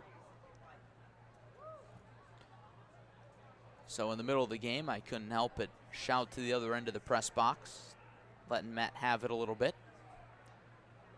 And I told Matulia that story today before the game. He just laughed. He'll get plenty of all-star votes. Peters comes set, takes a breath, and now the 2-2 to Elliott. Swinging a sharp ground ball foul on the third base side. We'll do it again. Doug Coe, the Rivets third base coach, making the play there, and tosses to a fan sitting in the front row. PA announcer prompting a smaller crowd to get noisy here on this rainy day in Kenosha. Ziegler with the lead off second base. Rivets already ahead by 1 in the top of the 5th, and the 2-2 is swung on and missed. Wade Elliott struck out for the second time tonight, and the Rivets strand Greg Ziegler on second base. So the score remains Rockford Rivets 2, Kenosha Kingfish 1 after 4.5 on the Rockford Rivets Baseball Network.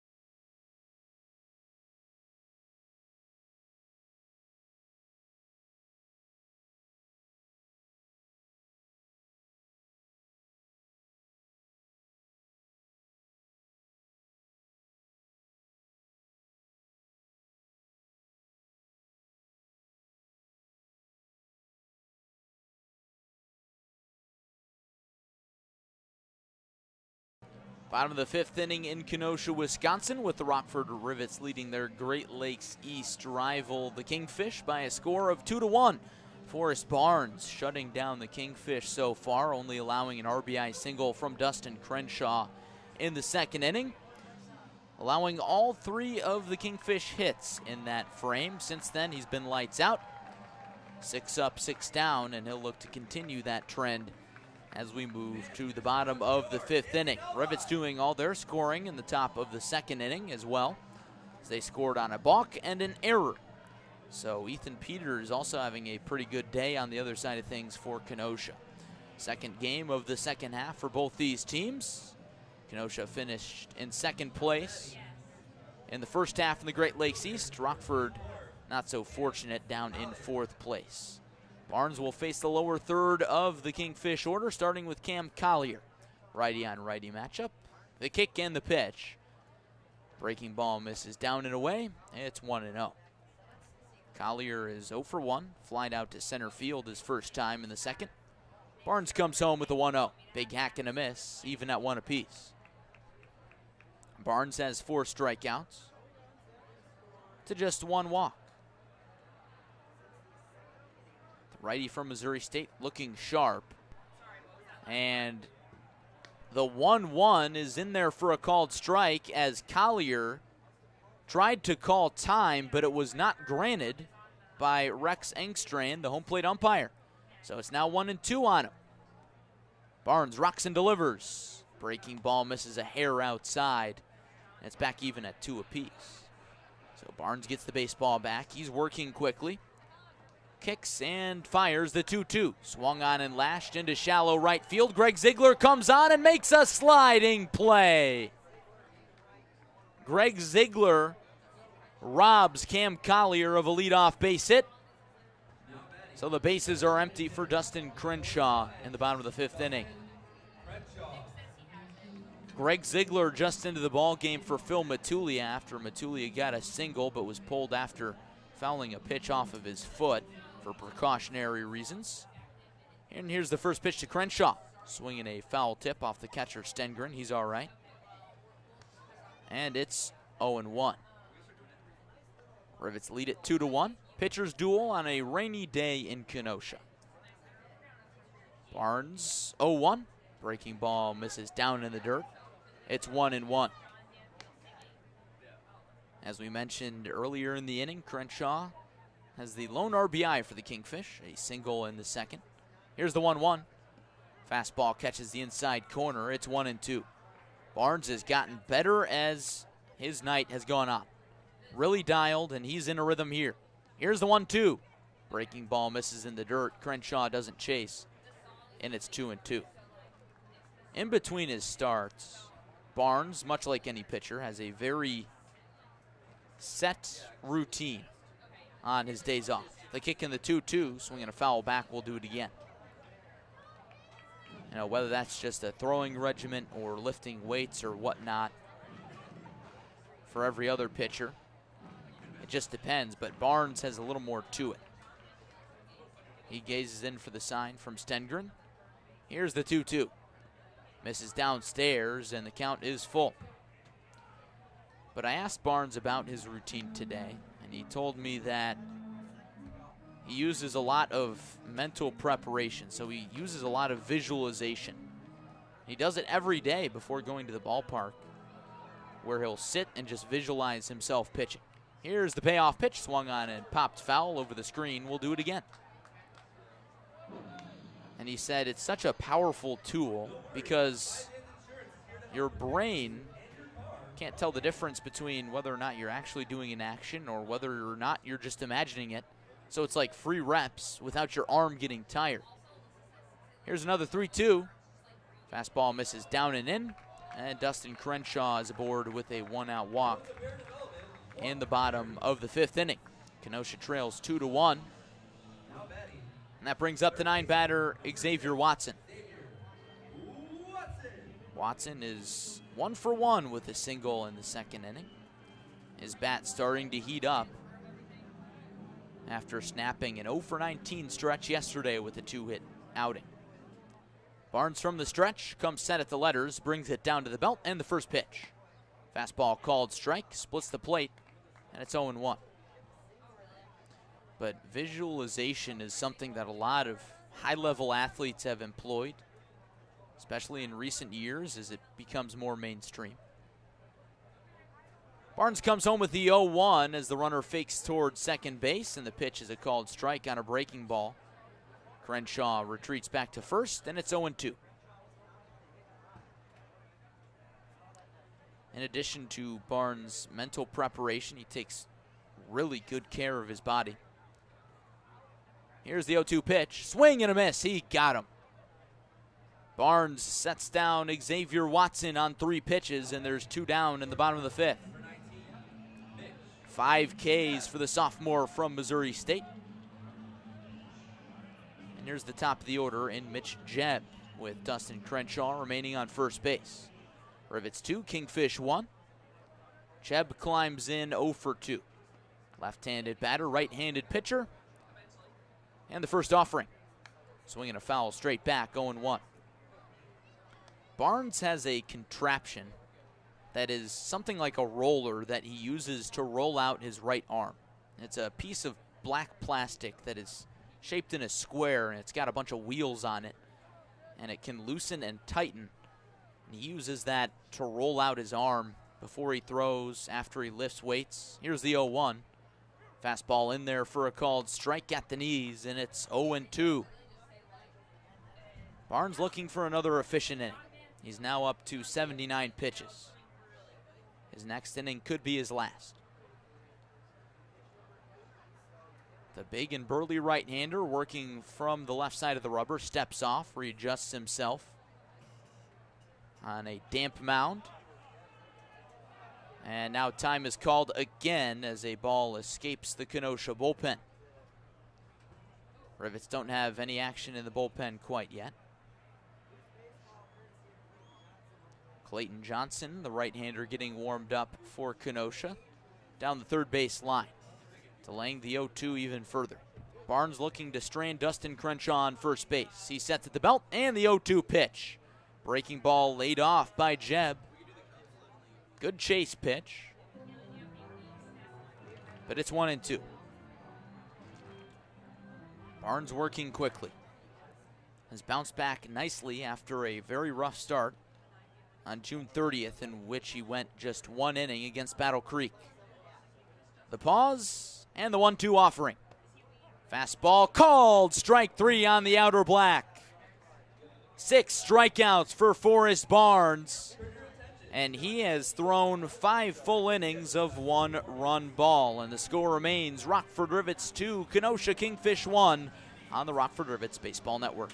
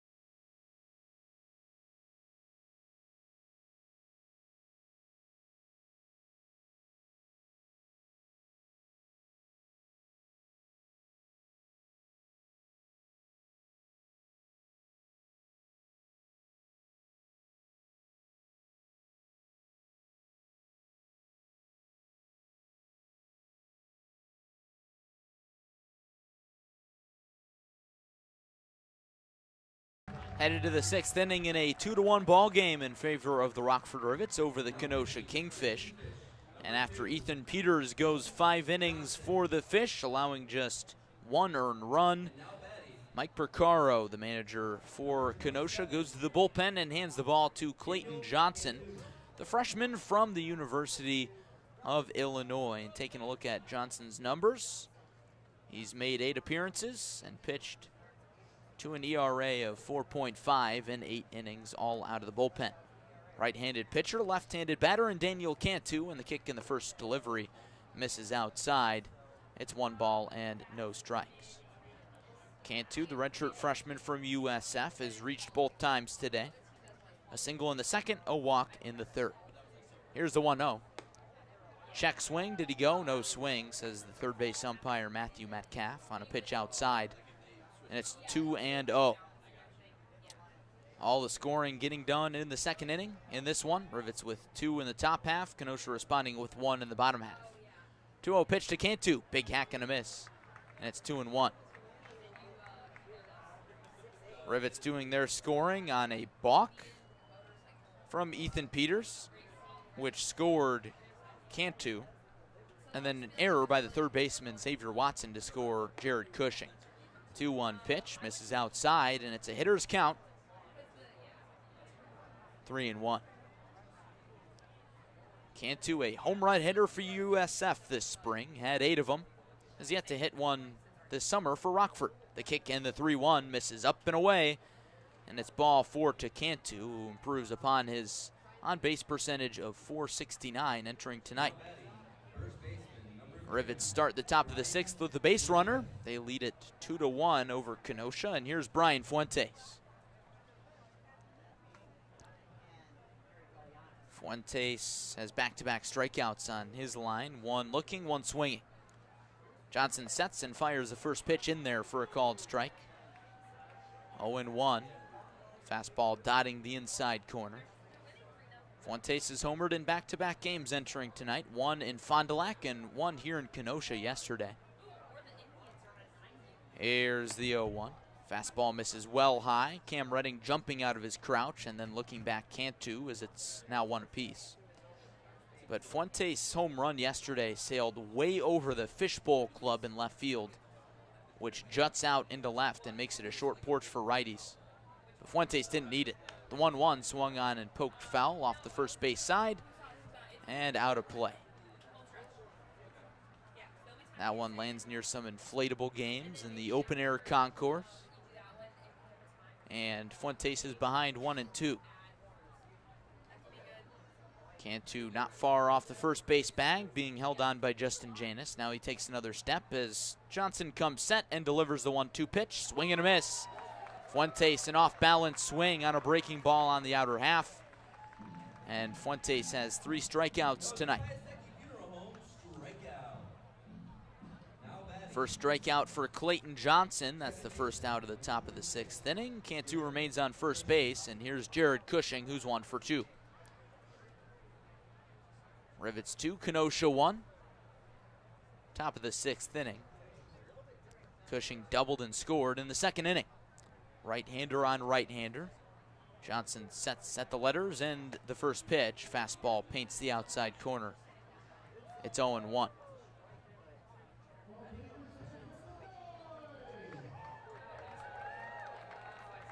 Cushing, the redshirt freshman from Xavier, has started to turn it on a little bit lately. Here's the kick and the pitch. Breaking ball misses down and away.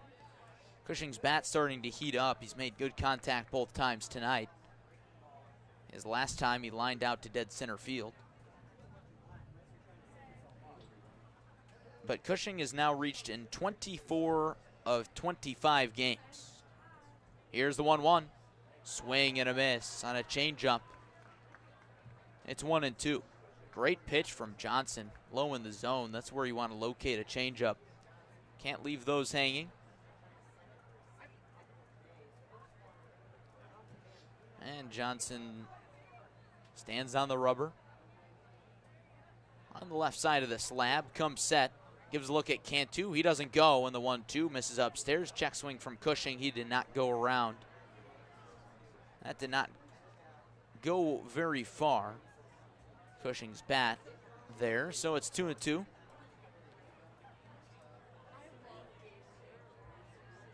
Cushing gives a look at his silver and black bat, taps the plate twice. Leans back in an open stance in the right-handed batter's box, and Cantu goes. The pitch is swung on and grounded down to third base. Watson gobbles it up and throws the first in time. So the hit and run takes the double play out of play there. So Cantu moves into scoring position as Cushing is retired on a 5-3 putout. The Rivets with a chance for some insurance here as Tyler Hawkins steps to the plate. Rockford leads at 2-1 in the top of the 6th. Tyler Hawkins is 0 for 2 with a swinging strikeout in the second. Righty on righty in the first pitch. Fastball taken high. It's 1-0. Hawkins has struggled as of late to make contact. Yesterday he struck out 2 times, going 1 for 5. Johnson has the sign. And here comes the pitch. And it hits Hawkins. Fastball up near the shoulder. He spins around and flips the bat back to the Rivets dugout.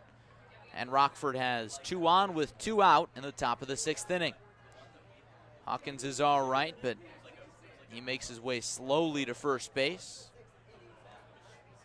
That one hit him where there was some cushion. There are worse places to be hit than right on the back. So now the inning falls into the hands of Drew Stengren, the 8 batter. He's 0 for 2, reached on an error back in the 2nd inning, an error that scored a run.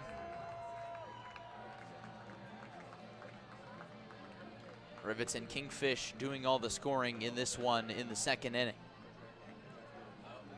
Forrest Barnes will be back out for another inning of work in the bottom of the 6th. Rivets starter has been really, really good so far, only allowing 1 run on 3 hits. Righty on righty in the first pitch to Stengren. Breaking ball runs inside, and it's 1 ball and no strikes. Daniel Cantu on second base, Tyler Hawkins on first. Infield plays back, Hawkins not being held on. Cantu with the shortstop, Mitch Jebb behind him. The set and the 1-0. Fastball misses high and outside. It's 2-0.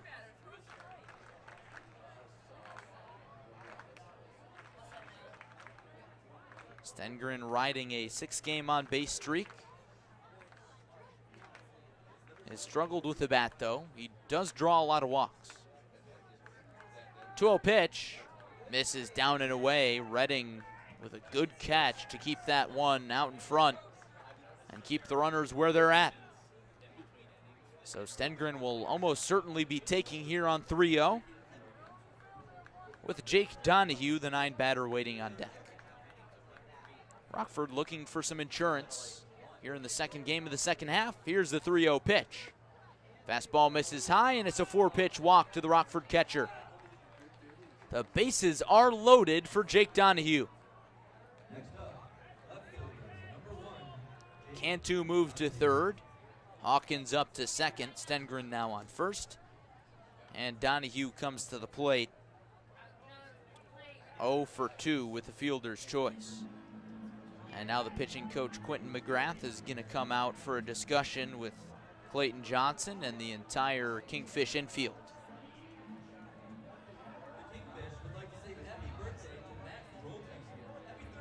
Johnson has struggled a little bit in this inning. Walked Cantu to start the frame before striking out Brian Fuentes and getting Jared Cushing to ground out. But since then, he's really lost his command. Jake Donahue, a good contact hitter, doesn't have a lot of pop in the 9 spot. But he can drive the baseball.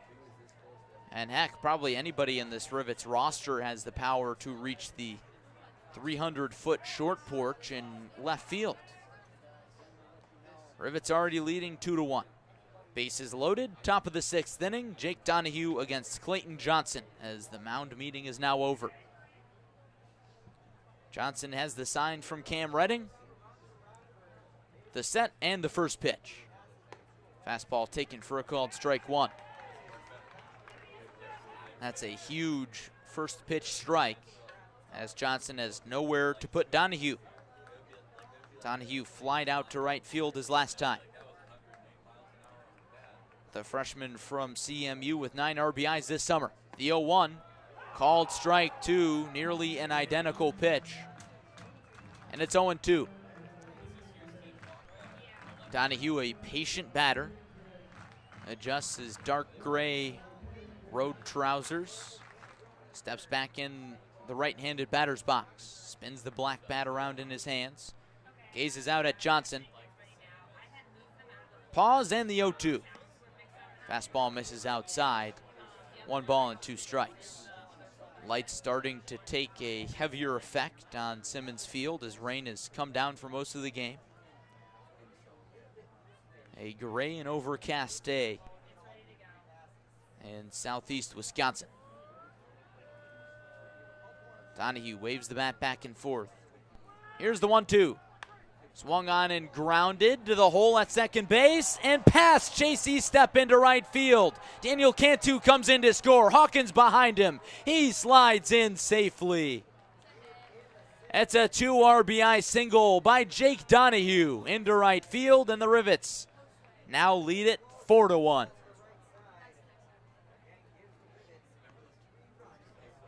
Baseball so often is a game of inches, and it comes into play there as Donahue sends it just past the glove of Chase Estep into right field on the ground.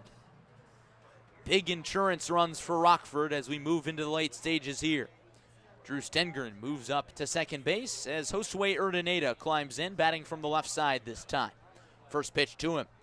Fastball misses down and outside. It's 1-0. Josue is 0 for 3, but each of his previous 3 at-bats coming from the right side of the plate. Johnson sets at the letters, and here's the 1-0. It runs inside. Urdaneta jumps out of the way. It gets away from Cam Redding momentarily, but he recovers and tosses it back to Johnson. So Stengren stays where he's at on second base. Donahue remains on first. 2 runs in here in the top half of the 6th. Rockford looking for more, leading 4-1. Here's the 2-0. Fastball misses high and outside, and it's 3-0 on the Rockford leadoff batter. Greg Ziegler waits on deck.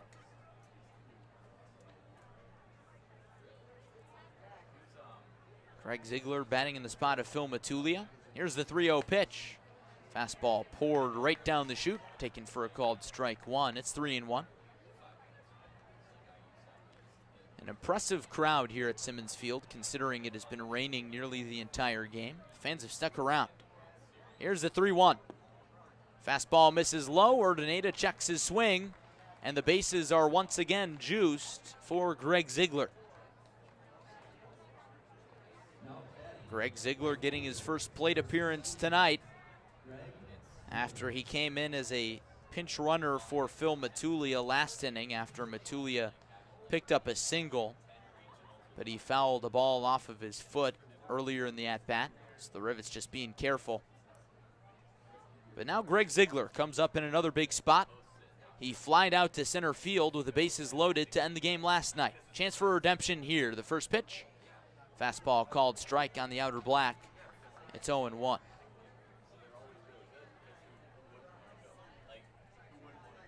Rivets lead it 4-1. Top of the 6th. Johnson sets at the belt and fires the 0-1. Fastball misses down and outside. It's 1-1.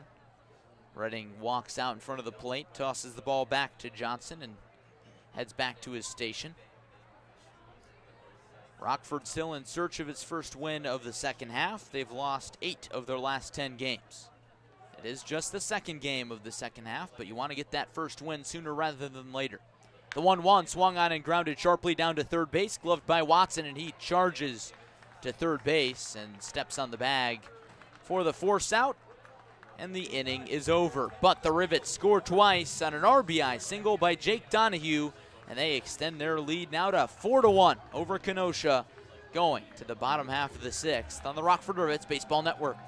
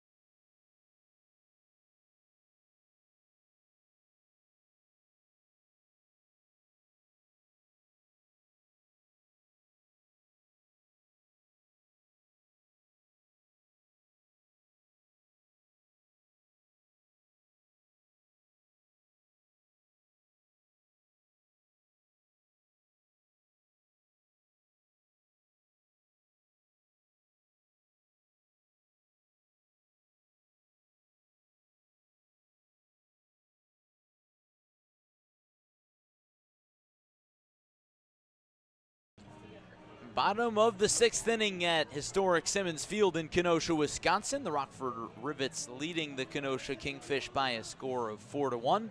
Second game of the second half for both these teams. Second game of a 2-game series. Kingfish taking the first game, a seesaw battle yesterday, 11-10 over Rockford, scoring 3 runs in the bottom of the 8th to win it. Today, the Rivets ahead by 2, looking to hang on as Forrest Barnes heads back out there for inning number 6. He'll face 2-3-4, starting with Kirk Liebert, who's 0 for 2. Barnes rocks and delivers, swinging a ground ball up the middle into center field for a first pitch single to start the bottom of the 6th inning. Liebert, a .350 batter. You figured he was due for a hit eventually. He picks one up here. And here's the Northwoods League leader in batting average, Justin Janis, who's 0 for 1 tonight with a walk. Rivets leading 4-1 thanks to a 2-spot in the second, and more recently 2 more runs in the top of the 6th thanks to an RBI single by Jake Donahue, which scored 2 runs. Forrest Barnes, the right-handed pitcher, gazes in against the left-handed batter Janis. He comes set at the belt, and the first pitch. Fastball misses downstairs, knocked down by Stengren. He squirms to get it, moving Janis out of the way, and it's 1-0.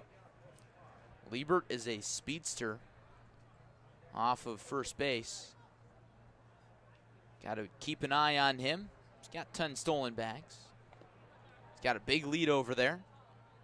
Barnes comes home with the 1-0. Swinging a line drive down the right field line, fair. Greg Ziegler into the corner to cut it off. Janis rounds first. Liebert on his horse. He rounds third, ditches his helmet. He scores standing. Janis chugs into third, and the throw gets away, but the left fielder, Jake Donahue, in to back it up. But it's an RBI triple for Justin Janis. Back-to-back base knocks to start the Kenosha 6th. And the lead is down to 4-2 for Rockford.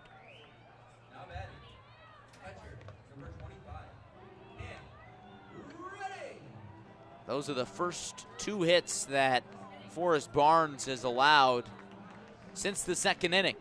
And now Doug Coe is going to come out of the Rockford dugout. And this may be all for Forrest Barnes. He gives a look at Shamar Page, who's warming up down in the Rivets bullpen. Coe chatting things over with the Rivets infield. Coe, a big imposing figure, former Division III baseball catcher. Rivets leading 4-2, bottom of the 6th inning on a rainy 66-degree day in Kenosha, Wisconsin. Lights shining down on Simmons Field. Rex Engstrand, the home plate umpire, comes out to break up the party. So the Rivets infield heads back to its respective positions, and Doug Coe, the Rivets acting manager, heads back to the dugout. Coe serving as acting manager for the 3rd straight game, as Rivets skipper JT Scara serves the final game of a 3-game suspension. Righty on righty as Cam Redding steps in. First pitch to him, misses in the dirt on a breaking ball, and it's 1-0. Stengren feels up the dirty baseball. Rex Engstrand inspects it and tosses it into the third base dugout. The rain has been on and off all evening long, leaning more towards that off side of things right now, but it was pouring at one point in the early innings.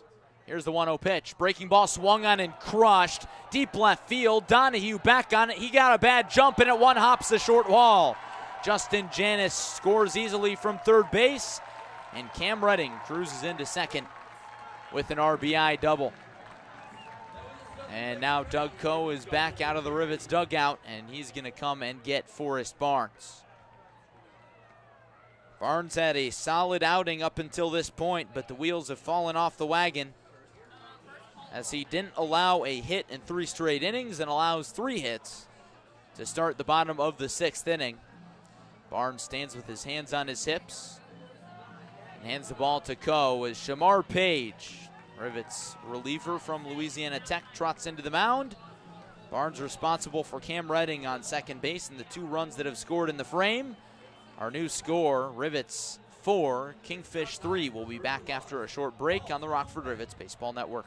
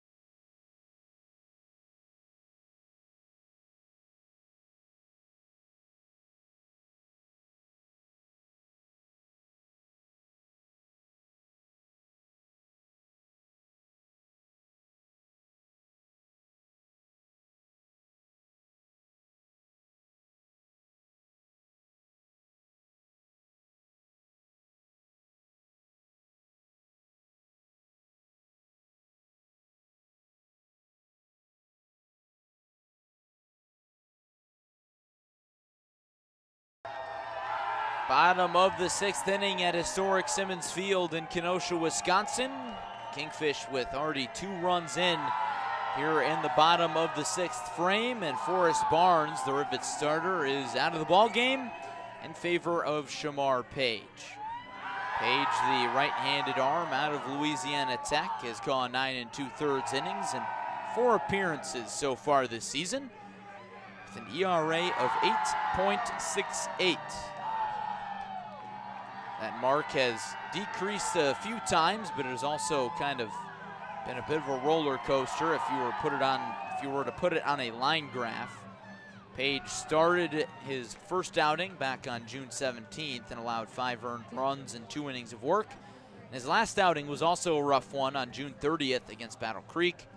He allowed 4 earned runs and 3 innings pitched. All those 4 earned runs coming in a singular inning. So the Rivets hope that Page is on here as Cam Redding stands on second base after he drove in Justin Janis with an RBI double. 3 straight hits for Kenosha to start this 6th inning, all off of Forrest Barnes. Now Page on to put out the fire. He'll face Chase Estep, who's 0 for 2. The sophomore from Kentucky awaits on the first pitch, and time is called.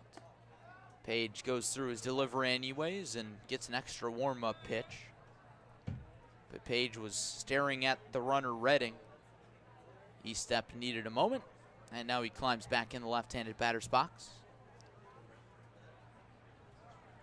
6 lefties in this Kenosha order. Kicking the first pitch. Fastball misses down and outside. It's 1-0.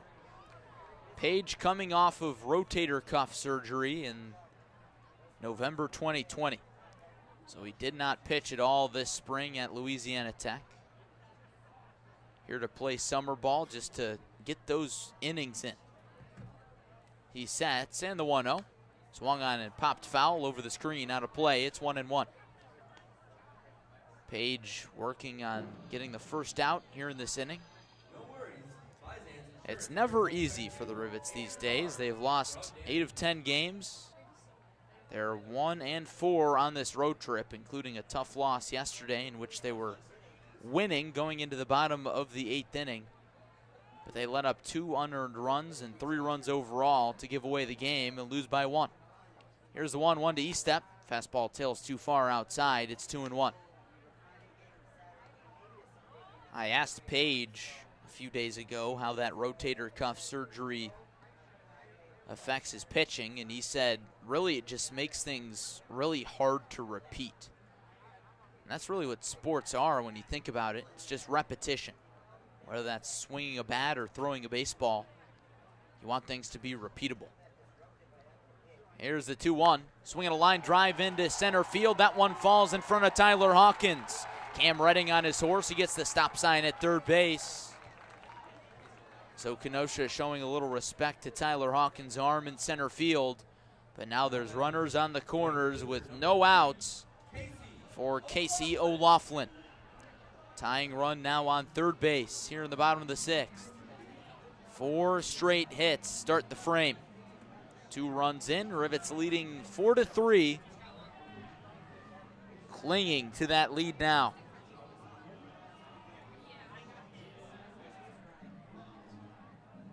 A large crowd for a rainy day, very engaged here in Kenosha, starting to get back into the ball game. O'Laughlin, another lefty, is 1 for 2. First pitch from Page.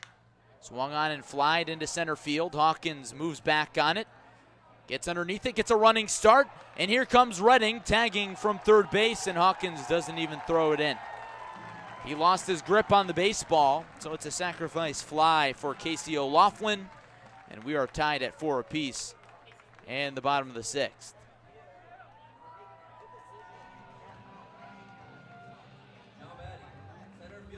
First out of the inning, and Chase Estep remains on first base, and here's Cam Collier. A 3 spot in the bottom of the sixth for Kenosha. And now it's Shamar Page's job to just limit the damage. Cam Collier 0 for 2 with a line out and a fly out. First pitch to the freshman from USF. It's on the way. Fastball misses low, 1-0.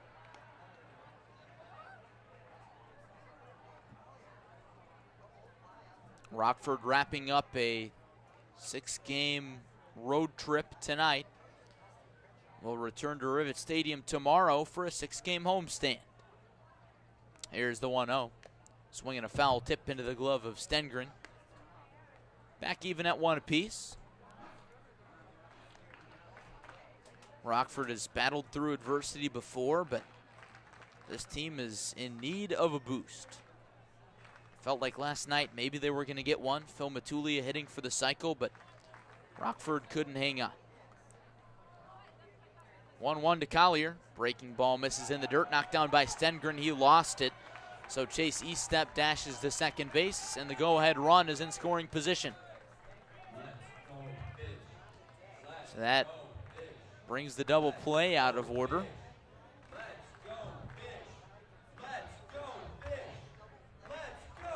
And the crowd starting to get juiced up a little bit. Hitters count for Cam Collier, who's just got 1 RBI this summer. Shamar Page sets and turns to look back. Estep not being held on.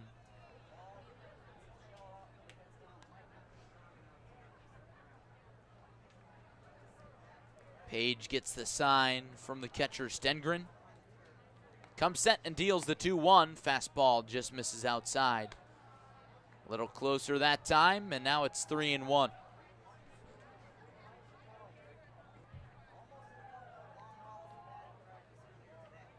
Rivets bullpen placed into a competitive game again. They need to be good tonight. 3-1 from Page. Swung on and laced over Brian Fuentes' head into right field. Here comes Chase Estep around third base, and he's going to score without a throw. It's now a 4 spot in the bottom of the sixth. And an RBI single from Cam Collier gives the Kingfish a 5-4 lead.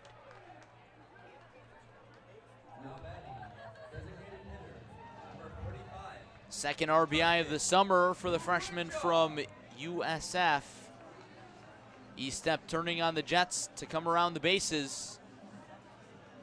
And it's 5 hits in the Kenosha 6th inning. Things going from bad to worse for Rockford. Here's the left-handed batter, Dustin Crenshaw, with still just 1 out in the bottom of the 6th.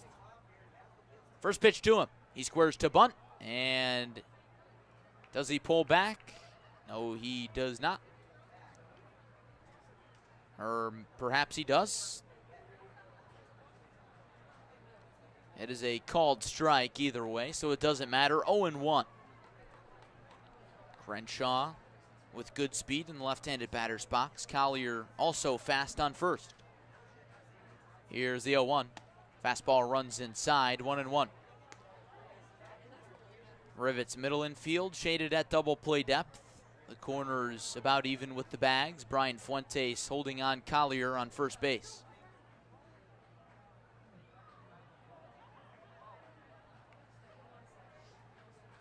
Here's the 1-1 offering. Swung on and chopped past the first baseman, Fuentes into right field. Collier's going to go first to third. The throw is cut off by Ziegler, and now they've got Crenshaw caught in no man's land. And Urdaneta tags him out. The throw from Ziegler was cut off by Urdaneta, and Urdaneta with a heads-up play there to tag out Crenshaw. So Crenshaw with a single, but he's the second out of the inning. Collier moves up to third base. There wouldn't have been a play at the third base bag. So another run 90 feet away, but 2 down for Xavier Watson. Watson 1 for 2 with a single and a strikeout. Rivets trailing 5-4. 4 runs in the bottom of the 6th for Kenosha. Righty on righty matchup here. And the first pitch to the freshman from Illinois, waved at and missed. 0-1. Rivets offense is going to need to do some more heavy lifting. The pitching and defense side of things has not been so great to watch lately. Page takes a breath and comes home with the 0-1. Another swing and miss as Watson went around, couldn't hold up his swing on a breaking ball in the dirt. And it's 0-2. If you're Rockford, now you got to look at the little things. Can you strand this runner on third base and go into the top half of the 7th with momentum? That's the goal for Page here. He comes set at the belt, looks at the runner, and comes home with the 0-2 pitch. Swing and a miss. Gets away from Sengren. He recovers. The throw to first is in time, and the inning is over. But Forrest Barnes and Shamar Page combined to allow 4 runs in the bottom of the 6th, and the Kingfish take a 5-4 lead over Rockford going to the 7th on the Rockford Rivets Baseball Network.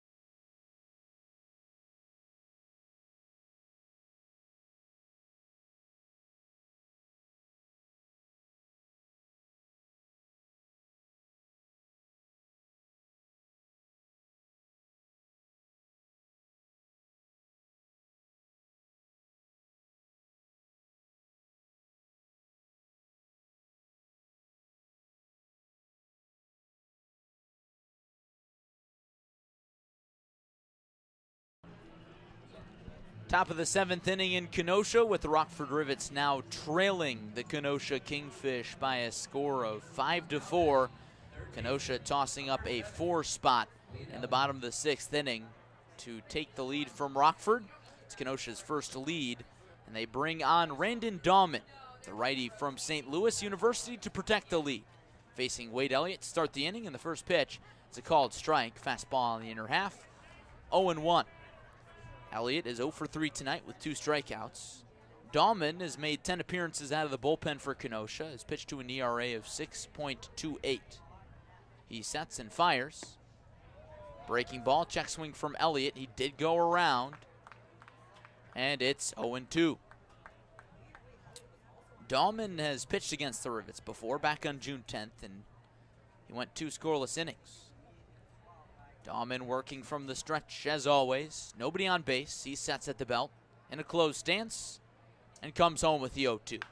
Breaking ball tapped on the ground to shortstop. Jeb charges and throws hard to first in time by a half a step to get Wade Elliott, who is now 0 for 4 on the evening. Rivets trail by 1, top of the 7th. Base is empty for Daniel Cantu, who has reached 3 times and scored twice.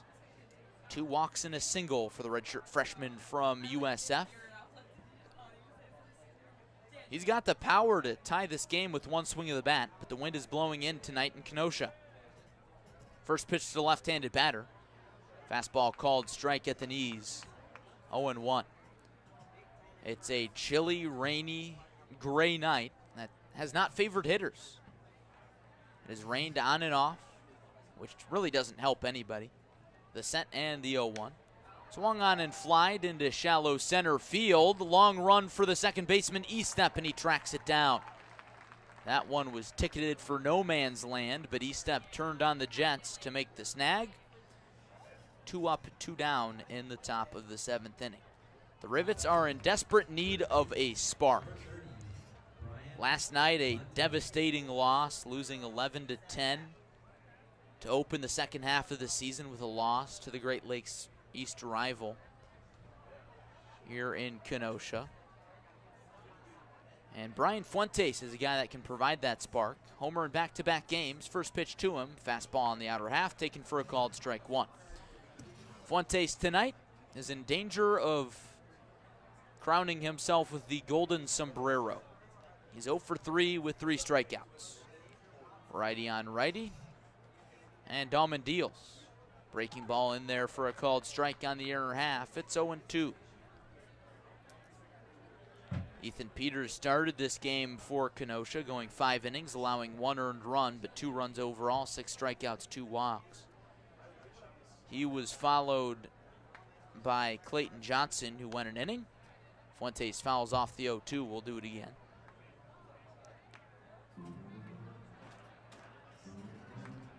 But Johnson allowed 2 earned runs in the top of the 6th, but Kenosha's offense backed him up and then some, taking the lead with 4 runs in the 6th. Here's the 0-2 to Fuentes. Fouled off again, and we will have a third 0-2. Who knows? Maybe we'll see 4 0-2 pitches. Fuentes with a good contact skill.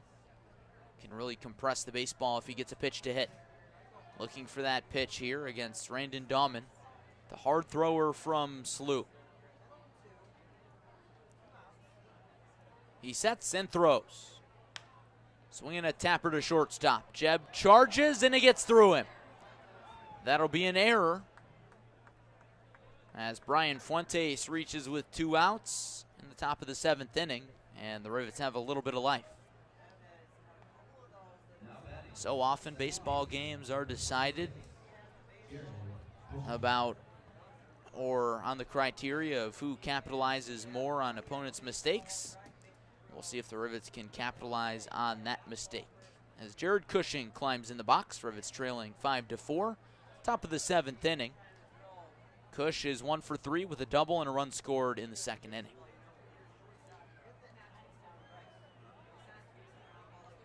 Righty on righty matchup. Fuentes with good speed for his size over at first base, being held on by Justin Janis. Here's the first pitch. Breaking ball just misses inside. It was a good pitch from Dahlman. Cushing turned away from it, thought it was going to be a lot more inside than it actually was, and it's 1-0. Taking a look at the out-of-town scoreboard, Traverse City falling to Wisconsin Rapids earlier today in the first game of a doubleheader in 7 innings, 9-2 up north. The 1-0, fastball gets away from Redding, down and outside. Fuentes trots up to second base, and the tying run is in scoring position in the top of the 7th inning. Wisconsin and Battle Creek are rained out at Athletic Park in Wausau. Kokomo defeats Kalamazoo 4-1 in Kokomo, so the Jackrabbits move to 2-0 on the second half. Traverse City and Wisconsin Rapids in the second inning of their second game of the doubleheader, scoreless. Here's the 2-0. Fastball catches the inside corner that time, and it's 2-1. Fond du Lac is creaming Madison 10-1 in the bottom of the 4th inning. Doc Spiders roll into town here in Kenosha to play the Kingfish later this week. Here's the set and the 2-1. Fastball misses inside, and it's 3-1 on the redshirt freshman from Xavier. The door is open here for the Rivets. Can they capitalize? Trailing 5-4. Getting late in a Great Lakes East battle. What a series it's been. A lot of action. Here's the 3-1 to Cushing. Misses down and away, and that's ball 4. Back-to-back runners reach with 2 outs in the top of the 7th inning.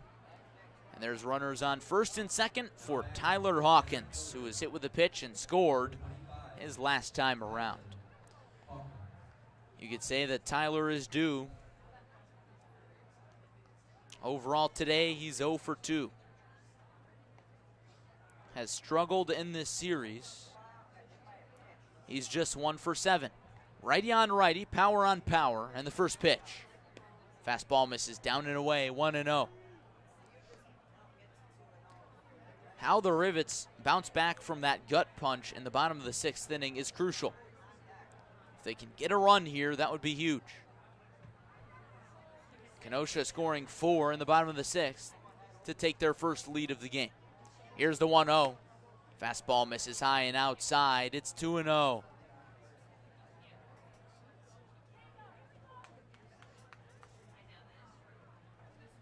Looks like a left-handed arm is up and moving around in the Rivets bullpen.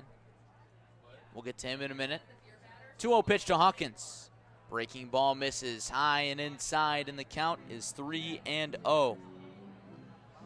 Jared Herzog looks loose and ready to go in the Rivets bullpen. Meanwhile, this is Randon Dahlman's inning for Kenosha. The 3-0, he pours a fastball in there, taken for a called strike. Hawkins wisely taking there, and it's 3-1. If he can get a pitch to hit, he can sure drive it. He's hit a home run here in Kenosha before to the short porch and left back on June 11th. Here's the 3-1 to him. Swing and a miss. On an off-speed pitch down and away, that probably would have been ball 4.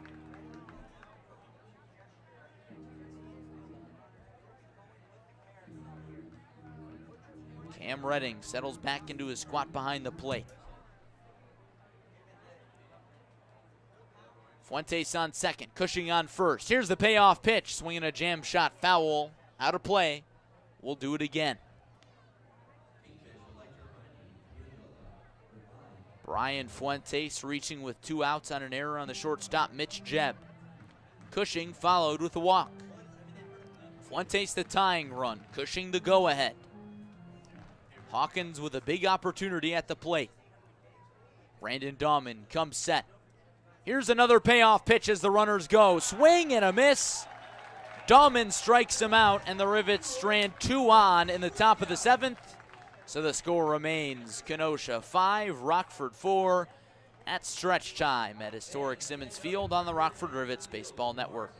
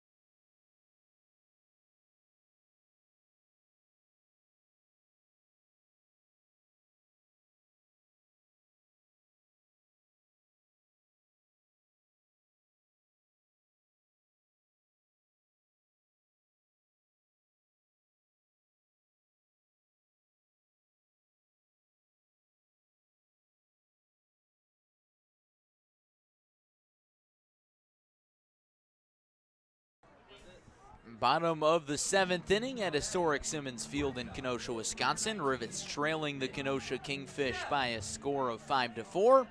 The difference in this one, a 4-run bottom of the 6th inning for the Kingfish. They started that frame with 3 straight knocks off of Rivet starter Forrest Barnes, who will get a no decision despite a solid inning of work, or more than an inning. He went 5+. But the wheels fell off the wagon in his last inning of work, and Shamar Page stays in the game for the bottom of the 7th, and he deals the first pitch to Mitch Jebb. And the leadoff man squares to bunt, pulls back, and takes ball 1. Jebb is 0 for 3 in the top spot tonight. Struck out looking his last time in the 5th.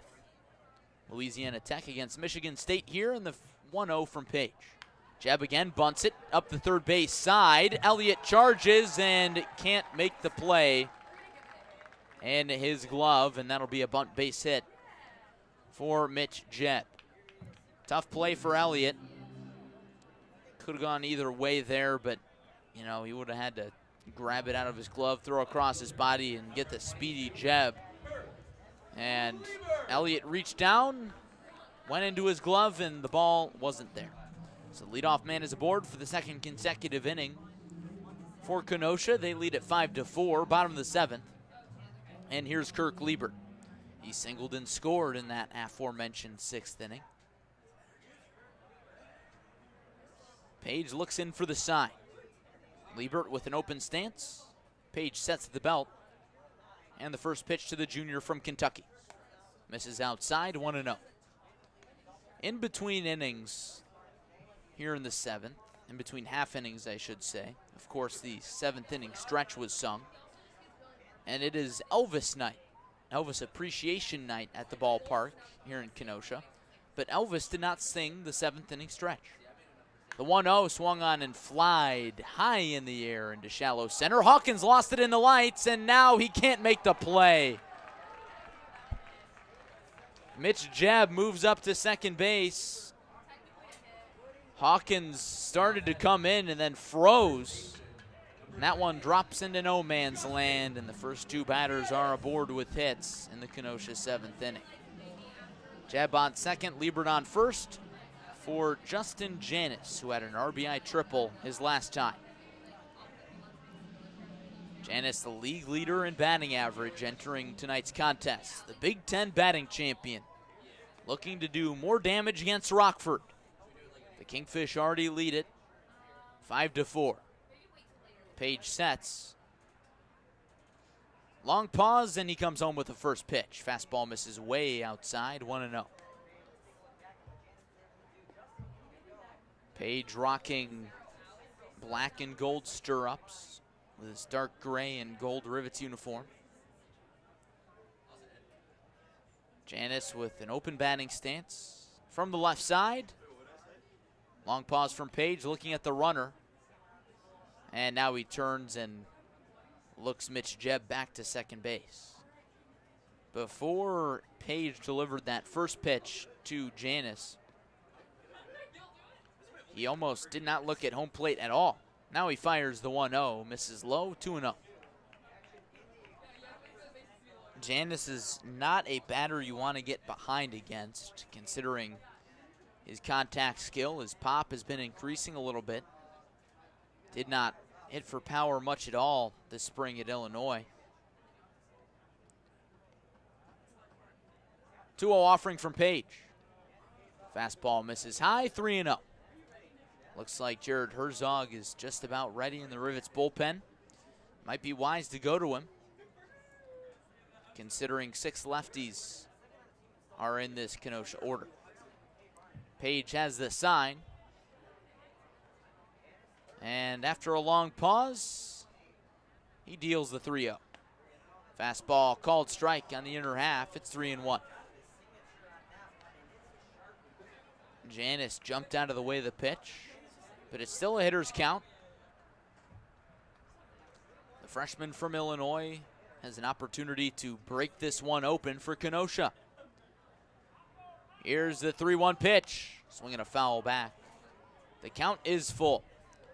What a confidence boost this would be for Shamar Page if he can come back and get Janis. for the first out of the inning. A ball escapes the Rivets bullpen. Brendan Lowry chases it down. So we get an extended pause before the payoff pitch.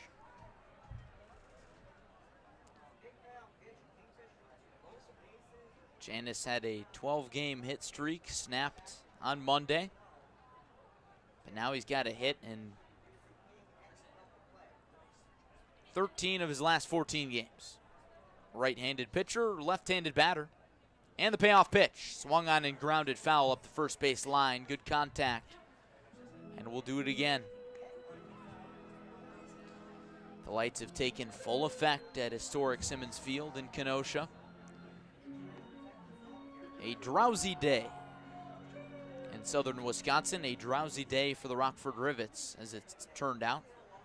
They led for most of the early goings before allowing 4 runs in the bottom of the 6th to give the Kingfish a 5-4 lead. Now with runners on first and second, Justin Janis has a chance for more.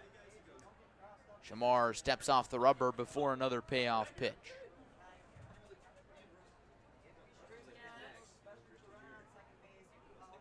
Herzog is ready in the Rivets bullpen. This could be Page's last batter. He shakes off Drew Stengren. And time is called by Janis again. A long delay in between pitches here. Who does it favor? Pitcher or hitter? It's hard to say. Frankly, I'd likely say the hitter in this spot. And now Page finally delivers another 3-2. Swing and a miss. And Janis is struck out. Throw down to second base, not in time, as Jeb started to wander off. And Janis slams his bat in frustration on his way to the third base dugout. And that's the first out of this bottom of the 7th inning. Mitch Jeb remains on second base, Liebert on first. And here's the right-handed batter, Cam Redding. First strikeout for Page. Second strikeout for Page, I should say. Cam Redding had an RBI double his last time up off of Forrest Barnes, Rivets starter's last batter faced. Righty on righty matchup. Redding 1 for 3 overall. Runners on first and second. Rivets trail by 1. The kick and the pitch misses low. 1-0.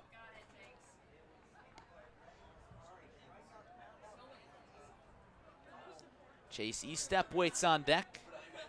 A sophomore from Kentucky.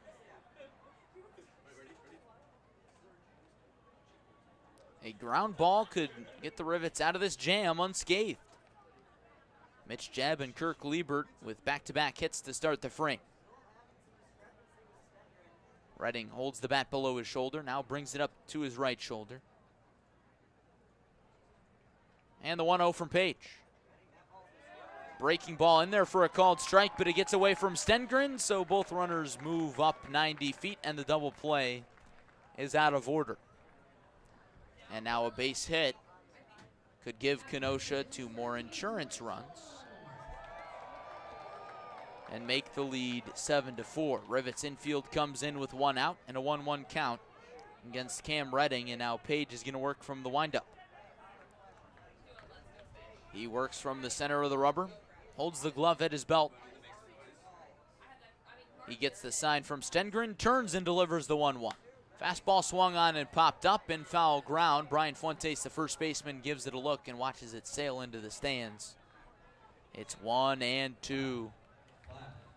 A strikeout here for Page would be the ideal scenario.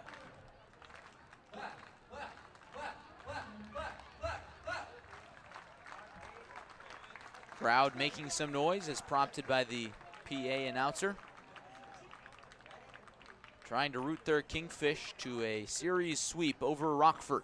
The kick and the 1-2 pitch. Breaking ball misses down and outside. An acrobatic stop by Stengren. Sliding into the left-handed batter's box to corral it. Redding laid off, checked his swing up, and it's 2-2.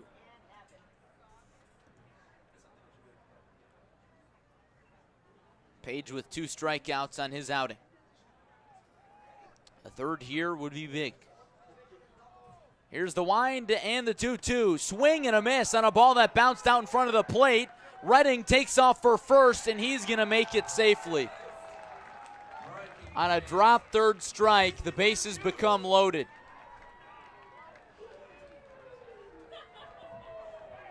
Third strikeout for Page.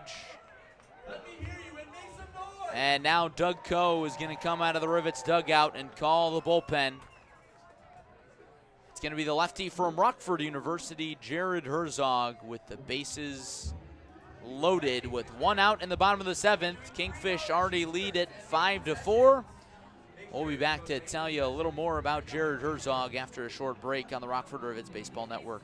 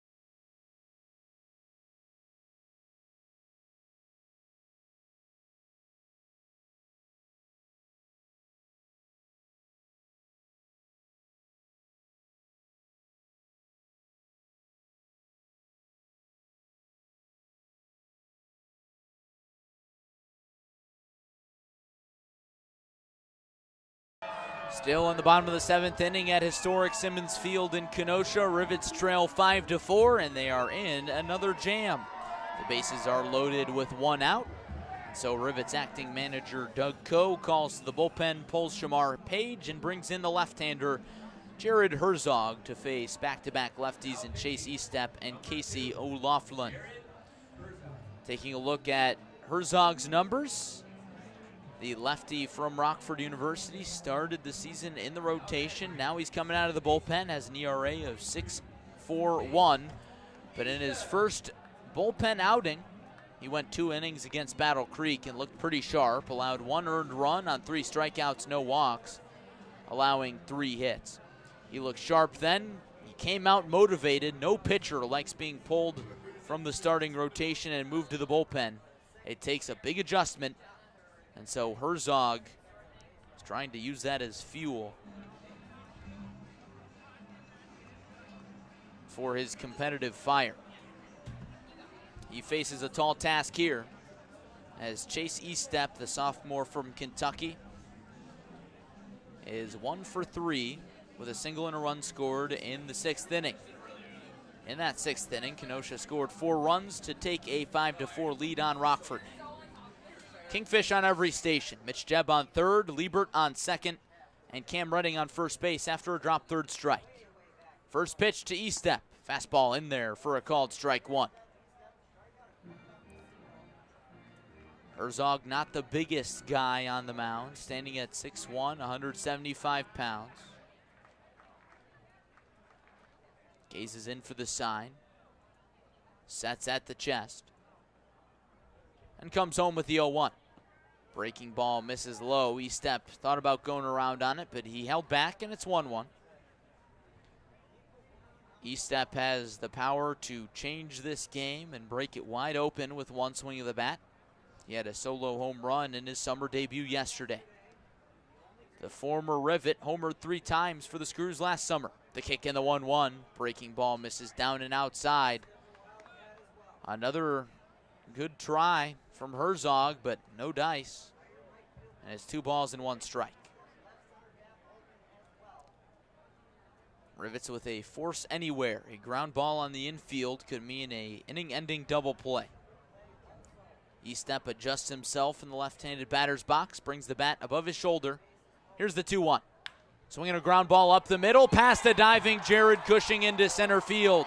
Mitch Jebb scores. Kirk Liebert around third. He scores without a throw.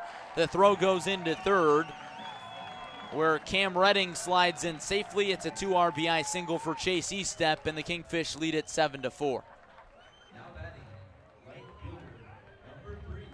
Back-to-back singles on the line score for Chase E-Step. And the Kingfish have an opportunity to really bust this thing open. Rivets allowing 6 runs in the last 2 innings.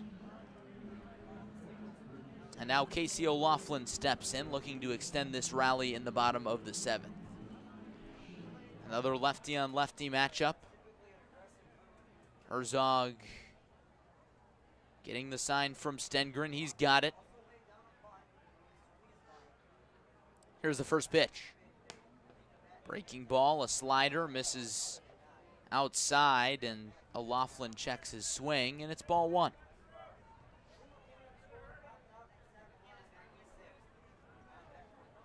Another game slipping out of the hands of the Rivets. They led for much of this ball game early. Here's the 1-0. Swung on and popped up. On the infield and foul ground, the third baseman Wade Elliott camps underneath it and makes the grab for out number 2. A big second out with the runner on third base. And there's 2 down. Bottom of the 7th inning, Kenosha leads it 7-4. And here's Cam Collier. Collier is 1 for 3 with an RBI single his last time up. Rivets have lost 8 of their last 10 games. 1-4 on this road trip, which wraps up today. Rockford will be very happy to be back at Rivet Stadium. Left-handed pitcher, right-handed batter. And the first offering from Herzog. Pitch misses low, 1-0.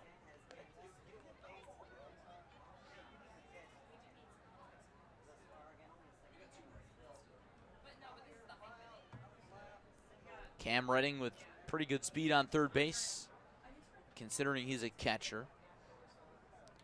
E-Step moves well off of first base. Not a big lead over there. 1-0 pitch. Runs inside, ball 2. Herzog tried to go to the slider there. Couldn't get the call, couldn't find the zone. It's 2-0. Rivets bullpen is silent for now. So this is Herzog's inning to finish, and good chance he comes back out for the 8th as well. He pauses at the letters and comes home with a 2-0. Fastball can't find the outside corner, and now it's 3-0. Dangerous spot for Herzog. 1 pitch away from reloading the bases for Dustin Crenshaw. The lefty waits on deck.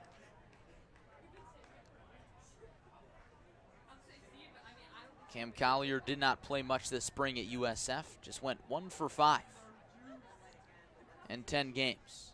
3-0 pitch. Fastball misses above the letters, and that's a 4-pitch walk. So Cam Redding remains on third base. Chase E-Step moves up to second, and Collier trots to first base. And here's Dustin Crenshaw. Kenosha 7, Rockford 4, bottom of the 7th. 2 runs already in as the rain starts to fall again on a gloomy day in Kenosha. Lefty on lefty. Here's the first pitch. Breaking ball misses outside. Taken at the knees, and it's 1-0. Rivets just need to get out of this inning. They need any sort of momentum they can get. It's been a mentally draining last few days for the team. Especially yesterday. That was a really tough loss. 1-0 pitch, swung on and popped up above our heads in the press box, and that one lands into the concourse behind home plate. And it's 1-1. Wind has been blowing in from the outfield all night long, varying in direction. Whether it's been blowing from left, right, or center. Been a little bit of both. Here's the 1-1 from Herzog. Swung on, a little flare to second base. Urdaneta fields on a hop, throws to first. In time on the scoop from Brian Fuentes to end the inning. However, the Kenosha Kingfish score 2 more times to add some insurance. Our new score is 7-4 Kingfish after 7 on the Rockford Rivets Baseball Network.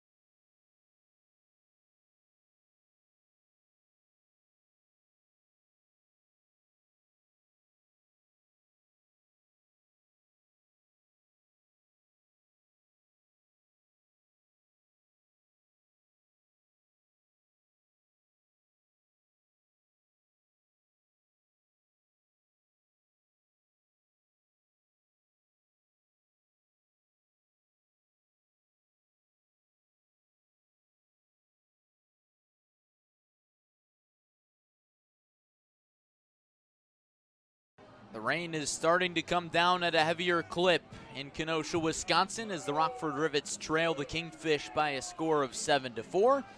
Thanks to a 4 spot in the bottom of the 6th inning, Kenosha took the lead for the first time tonight, and they tacked on 2 more runs in the bottom of the 7th.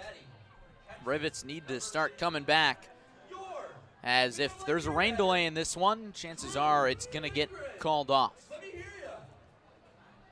Rivets will send up 8-9-1 in their order, starting with Drew Stengren, who has been selected as the beer batter here in Kenosha tonight. Stengren has reached twice, once on an error, once on a walk. Overall, he's 0 for 2. And the first pitch from Brandon Dahman swung on and lifted in the air into right field. Casey O'Laughlin moves back on it, now comes in and makes the grab mid-stride. First step is always back as an outfielder, but the wind probably knocked that ball down a lot. O'Laughlin with a nice play, nice recovery. 1 pitch, 1 out in the 8th inning. Rivets trailing 7-4. And here's Jake Donahue. Donahue is 1 for 2. Had a 2 RBI single in the 6th inning to give the Rivets some insurance runs, or what were insurance runs at the time. He squares down a bunt right back to the pitcher, Dahman, off the bump, and he throws to first in time. 2 pitches, 2 outs in the top of the 8th inning. And if there's one surefire way to kill some momentum, it's to let Dahman have a really efficient relief outing here. Dahman has thrown 1 2/3 on 24 pitches. Rivets made him work a little bit in the 7th inning, but ultimately Dahman ended up stranding 2 runners on base. Rivets not able to capitalize on that opportunity. And with 2 outs and the bases empty and Rockford trailing 7-4, here's Josue Urdaneta, who vigorously rubs up his bat with pine tar. Rivets have lost 8 of their last 10 games. It's the final game of a 6-game road trip, second game of the second half. Left-handed batter, right-handed pitcher, and the first pitch from Dahman. Fastball called strike 1 on the outer half. Urdaneta taken all the way there, as he should. Just the 4th pitch of the inning coming up from Dahman. He sets at the belt and fires. Breaking ball misses way outside. It's 1-1. Drops of rain accumulating on the press box windows here high above Simmons Field, with the wind blowing in from right.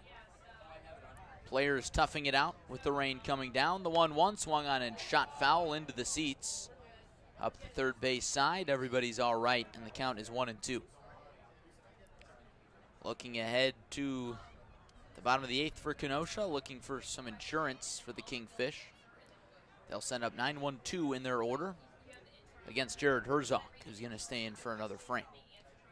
Dahman comes set and fires the 1-2 pitch. Swung in a broken bat tapper down to third base. Watson gobbles it up, needs to hurry, and Urdaneta beats it out at first base.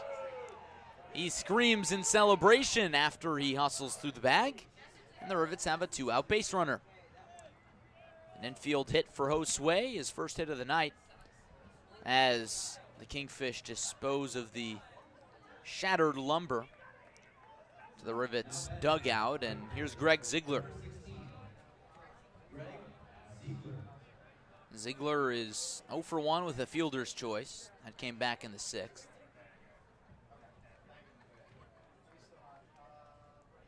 Rivets trailing 7-4, top of the 8th inning.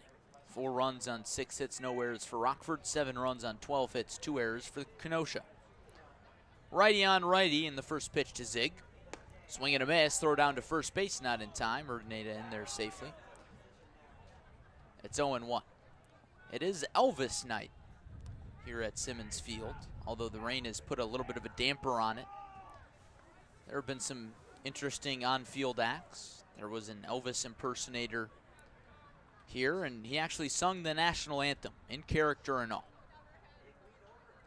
Urdaneta goes, and the 0-1 is swung on and missed. Throw goes into center field. Mitch Jebb dives, can't knock it down. Urdaneta takes off for third base and makes it without a throw. The Rivets have a runner on third base with 2 outs and an 0-2 count at the top of the 8th, and now Cam Redding is going to talk it over with Randon Dahman. Rivets with a little life here. If they can score, it'll be a 2-run ball game. And at that point, you never know. Rockford has a number of bats that can go yard. Dahman well ahead. He steps off the rubber, asks Cam Redding to run through the signs. Dahman holds the ball at the waist, now comes set below the belt. Here comes the 0-2. Fastball misses down and away. Good take from Ziegler. It's 1 ball and 2 strikes.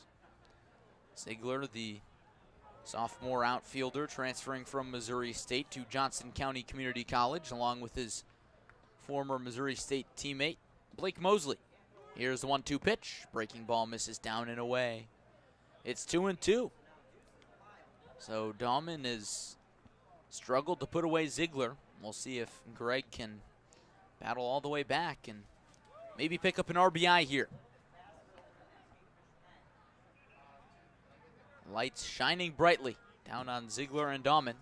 The kick in the 2-2. Fastball misses high and inside, and the count is full.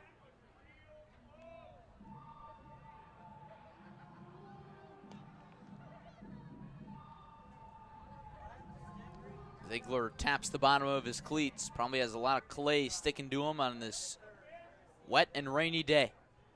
Here's the payoff pitch. Swing and a miss, and the side is retired. The Rivets strand Josue Urdaneta on third base.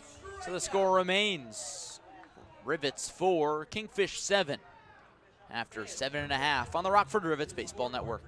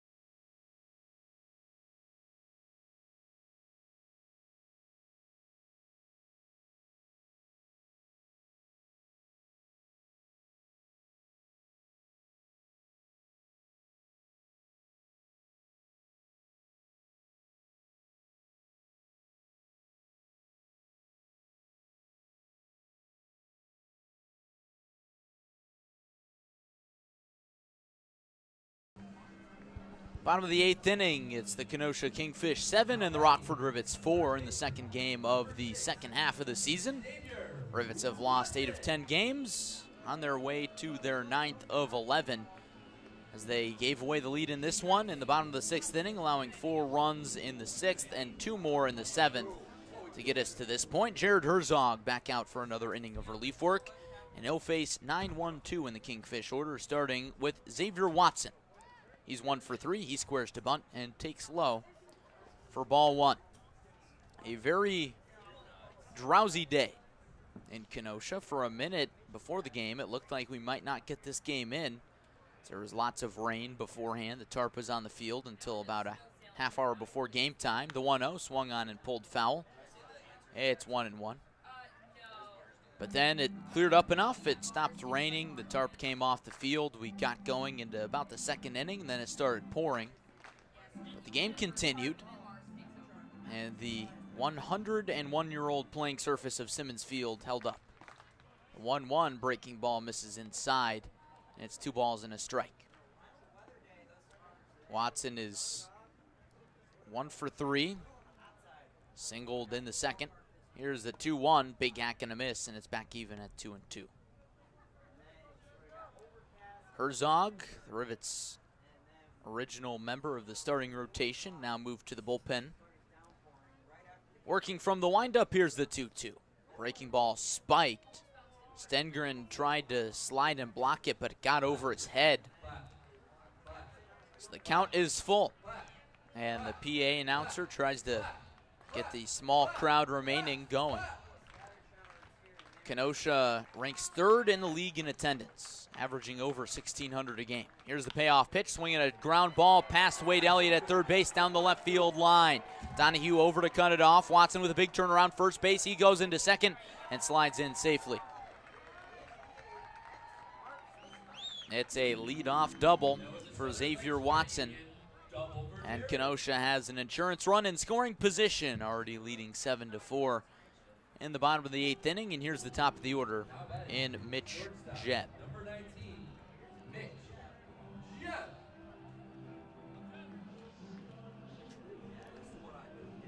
Jebb is 1 for 4 today, singled and scored in the 7th inning. Part of a great effort by this Kingfish order against the Rivets bullpen. Lefty on lefty matchup here. Herzog sets the letters and comes home with the first pitch. Jebb squares to bunt and pops it back into the screen. It's 0-1. That's the cardinal sin as a bunter. Always want to get it on the ground.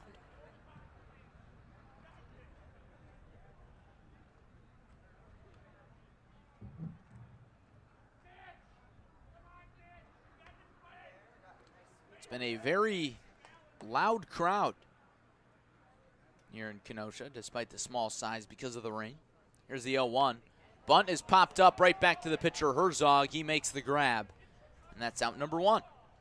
So Mitch Jebb gifts the Rockford Rivets the first out of the bottom of the 8th inning.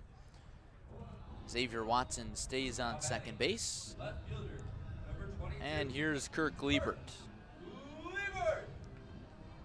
Wind continuing to blow in. It's swirling a little bit now, blowing in from left field. Liebert is 2 for 4 today. Has singled his last 2 times up. Scoring both times. Junior from Kentucky doing damage against his former team. Left-handed pitcher, left-handed batter. And the first pitch to Kirk Liebert is on the way. Breaking ball misses inside. Liebert leans out of the way of it. And it's 1-0. It's July 7th, 2021, so let's take a look at this date in baseball history. On July 7th in 1948, Satchel Paige signs with the Cleveland Indians. 1-0 to Liebert, misses downstairs.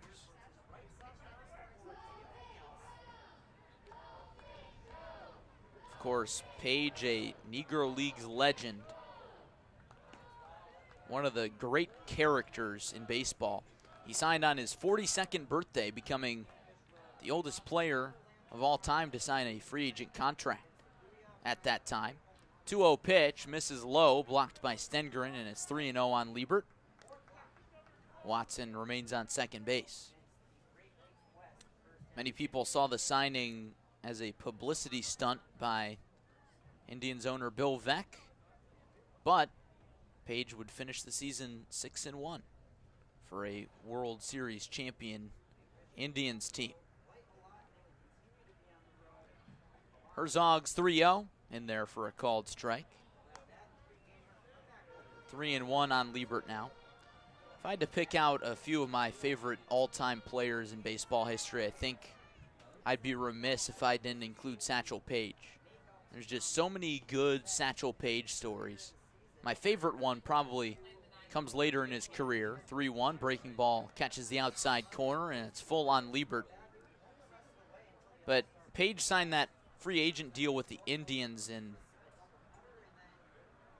the season of 1948 on his 42nd birthday. Herzog sets and comes home with the payoff pitch. Breaking ball misses down and outside. And it's a one-out walk to Liebert. Now there's runners on second and first. Here in the bottom of the eighth, Kenosha leads it 7-4. But in 1965, when Page was 59, he got signed by Charles Finley in the Kansas City A's, and he got brought in to pitch. Got served coffee by a nurse in between innings before coming in. Justin Janis steps in the box now. First pitch from Herzog, swung on and lined into deep left field, sends Donahue back. He's got a beat on it and makes the catch for out number 2. Janis gave it a ride, but it's out number 2. Liebert remains on first, Watson on second. And there's 2 down. Kenosha leads 7-4. But Page got brought into the ball game, setting down 6 batters in a row at one point as a 59-year-old. And that really shows you Page's talent. Cam Redding climbs in the box, and the first pitch to him, a fastball taken for a called strike 1. It's 0-1. When the press asked Page back in 1948 when he signed with the Indians about his age, he rattled off one of his best quotes, and he's got a lot of great quotes. Here's the set in the 0-1. Fastball swung on and lifted into center field. Tyler Hawkins ranges towards right, now comes charging in and makes a running grab. He nearly ran in an entire circle there, and he ends the inning. We'll get to that Satchel Paige quote after a short break. Last chance for the Rivets coming up after a break. Rockford trailing 7-4 going to the 9th on the Rockford Rivets Baseball Network.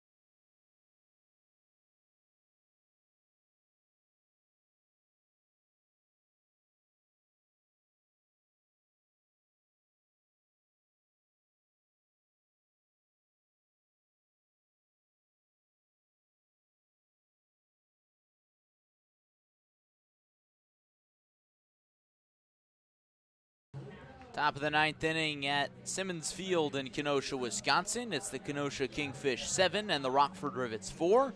The Rivets once led this game 4-1 once upon a time, but those days are over as the Rivets allowed 4 runs in the bottom of the 6th inning and 2 in the bottom of the 7th to allow the Kingfish to sprint out to this 7-4 lead in the late stages. And Brady Keiss, a left-handed arm, is on to slam the door. The redshirt junior from Columbus State University has 3 saves, and in 19 1/3 innings of work, he's got an ERA of 3.72, 19 strikeouts to 8 walks. He'll face 3, 4, 5 in the Rivets order, starting with Wade Elliott, who is 0 for 4. Elliott was once as consistent as can be for Rockford in the first half of the season, but towards the end of the first half and now into the second half, he has really struggled. Keiss gives a look at Elliott and delivers the first pitch from the stretch. It's in there for a called strike 1. Keiss faced the Rivets back on June 10th. Did not record an out, allowed 2 earned runs and a walk. Here's the 0-1. Swung on and lined into shallow right field. Casey O'Loughlin moves in and makes the grab. First out at the top of the 9th. Base is empty for Daniel Cantu with the Rivets trailing 7-4. Last half inning, we were talking about Satchel Paige, and today, July 7th, the anniversary of him being signed by the Cleveland Indians. And when the media asked him about his age, he replied, "If someone asked you how old you were and you didn't know your age, how old would you think you were?" Food for thought. Lefty on lefty matchup. First pitch to Daniel Cantu, swinging a deep line drive into left field. Kirk Liebert reaches above his head and makes the play. And just like that, the Rivets are down to their final out.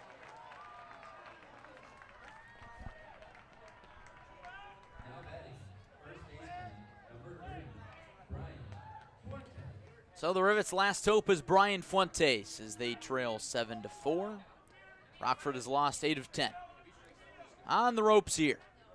Fuentes has 3 strikeouts today, and the first pitch to him is rocketed into right field. Casey O'Loughlin moves towards the line and makes the grab to end the ball game.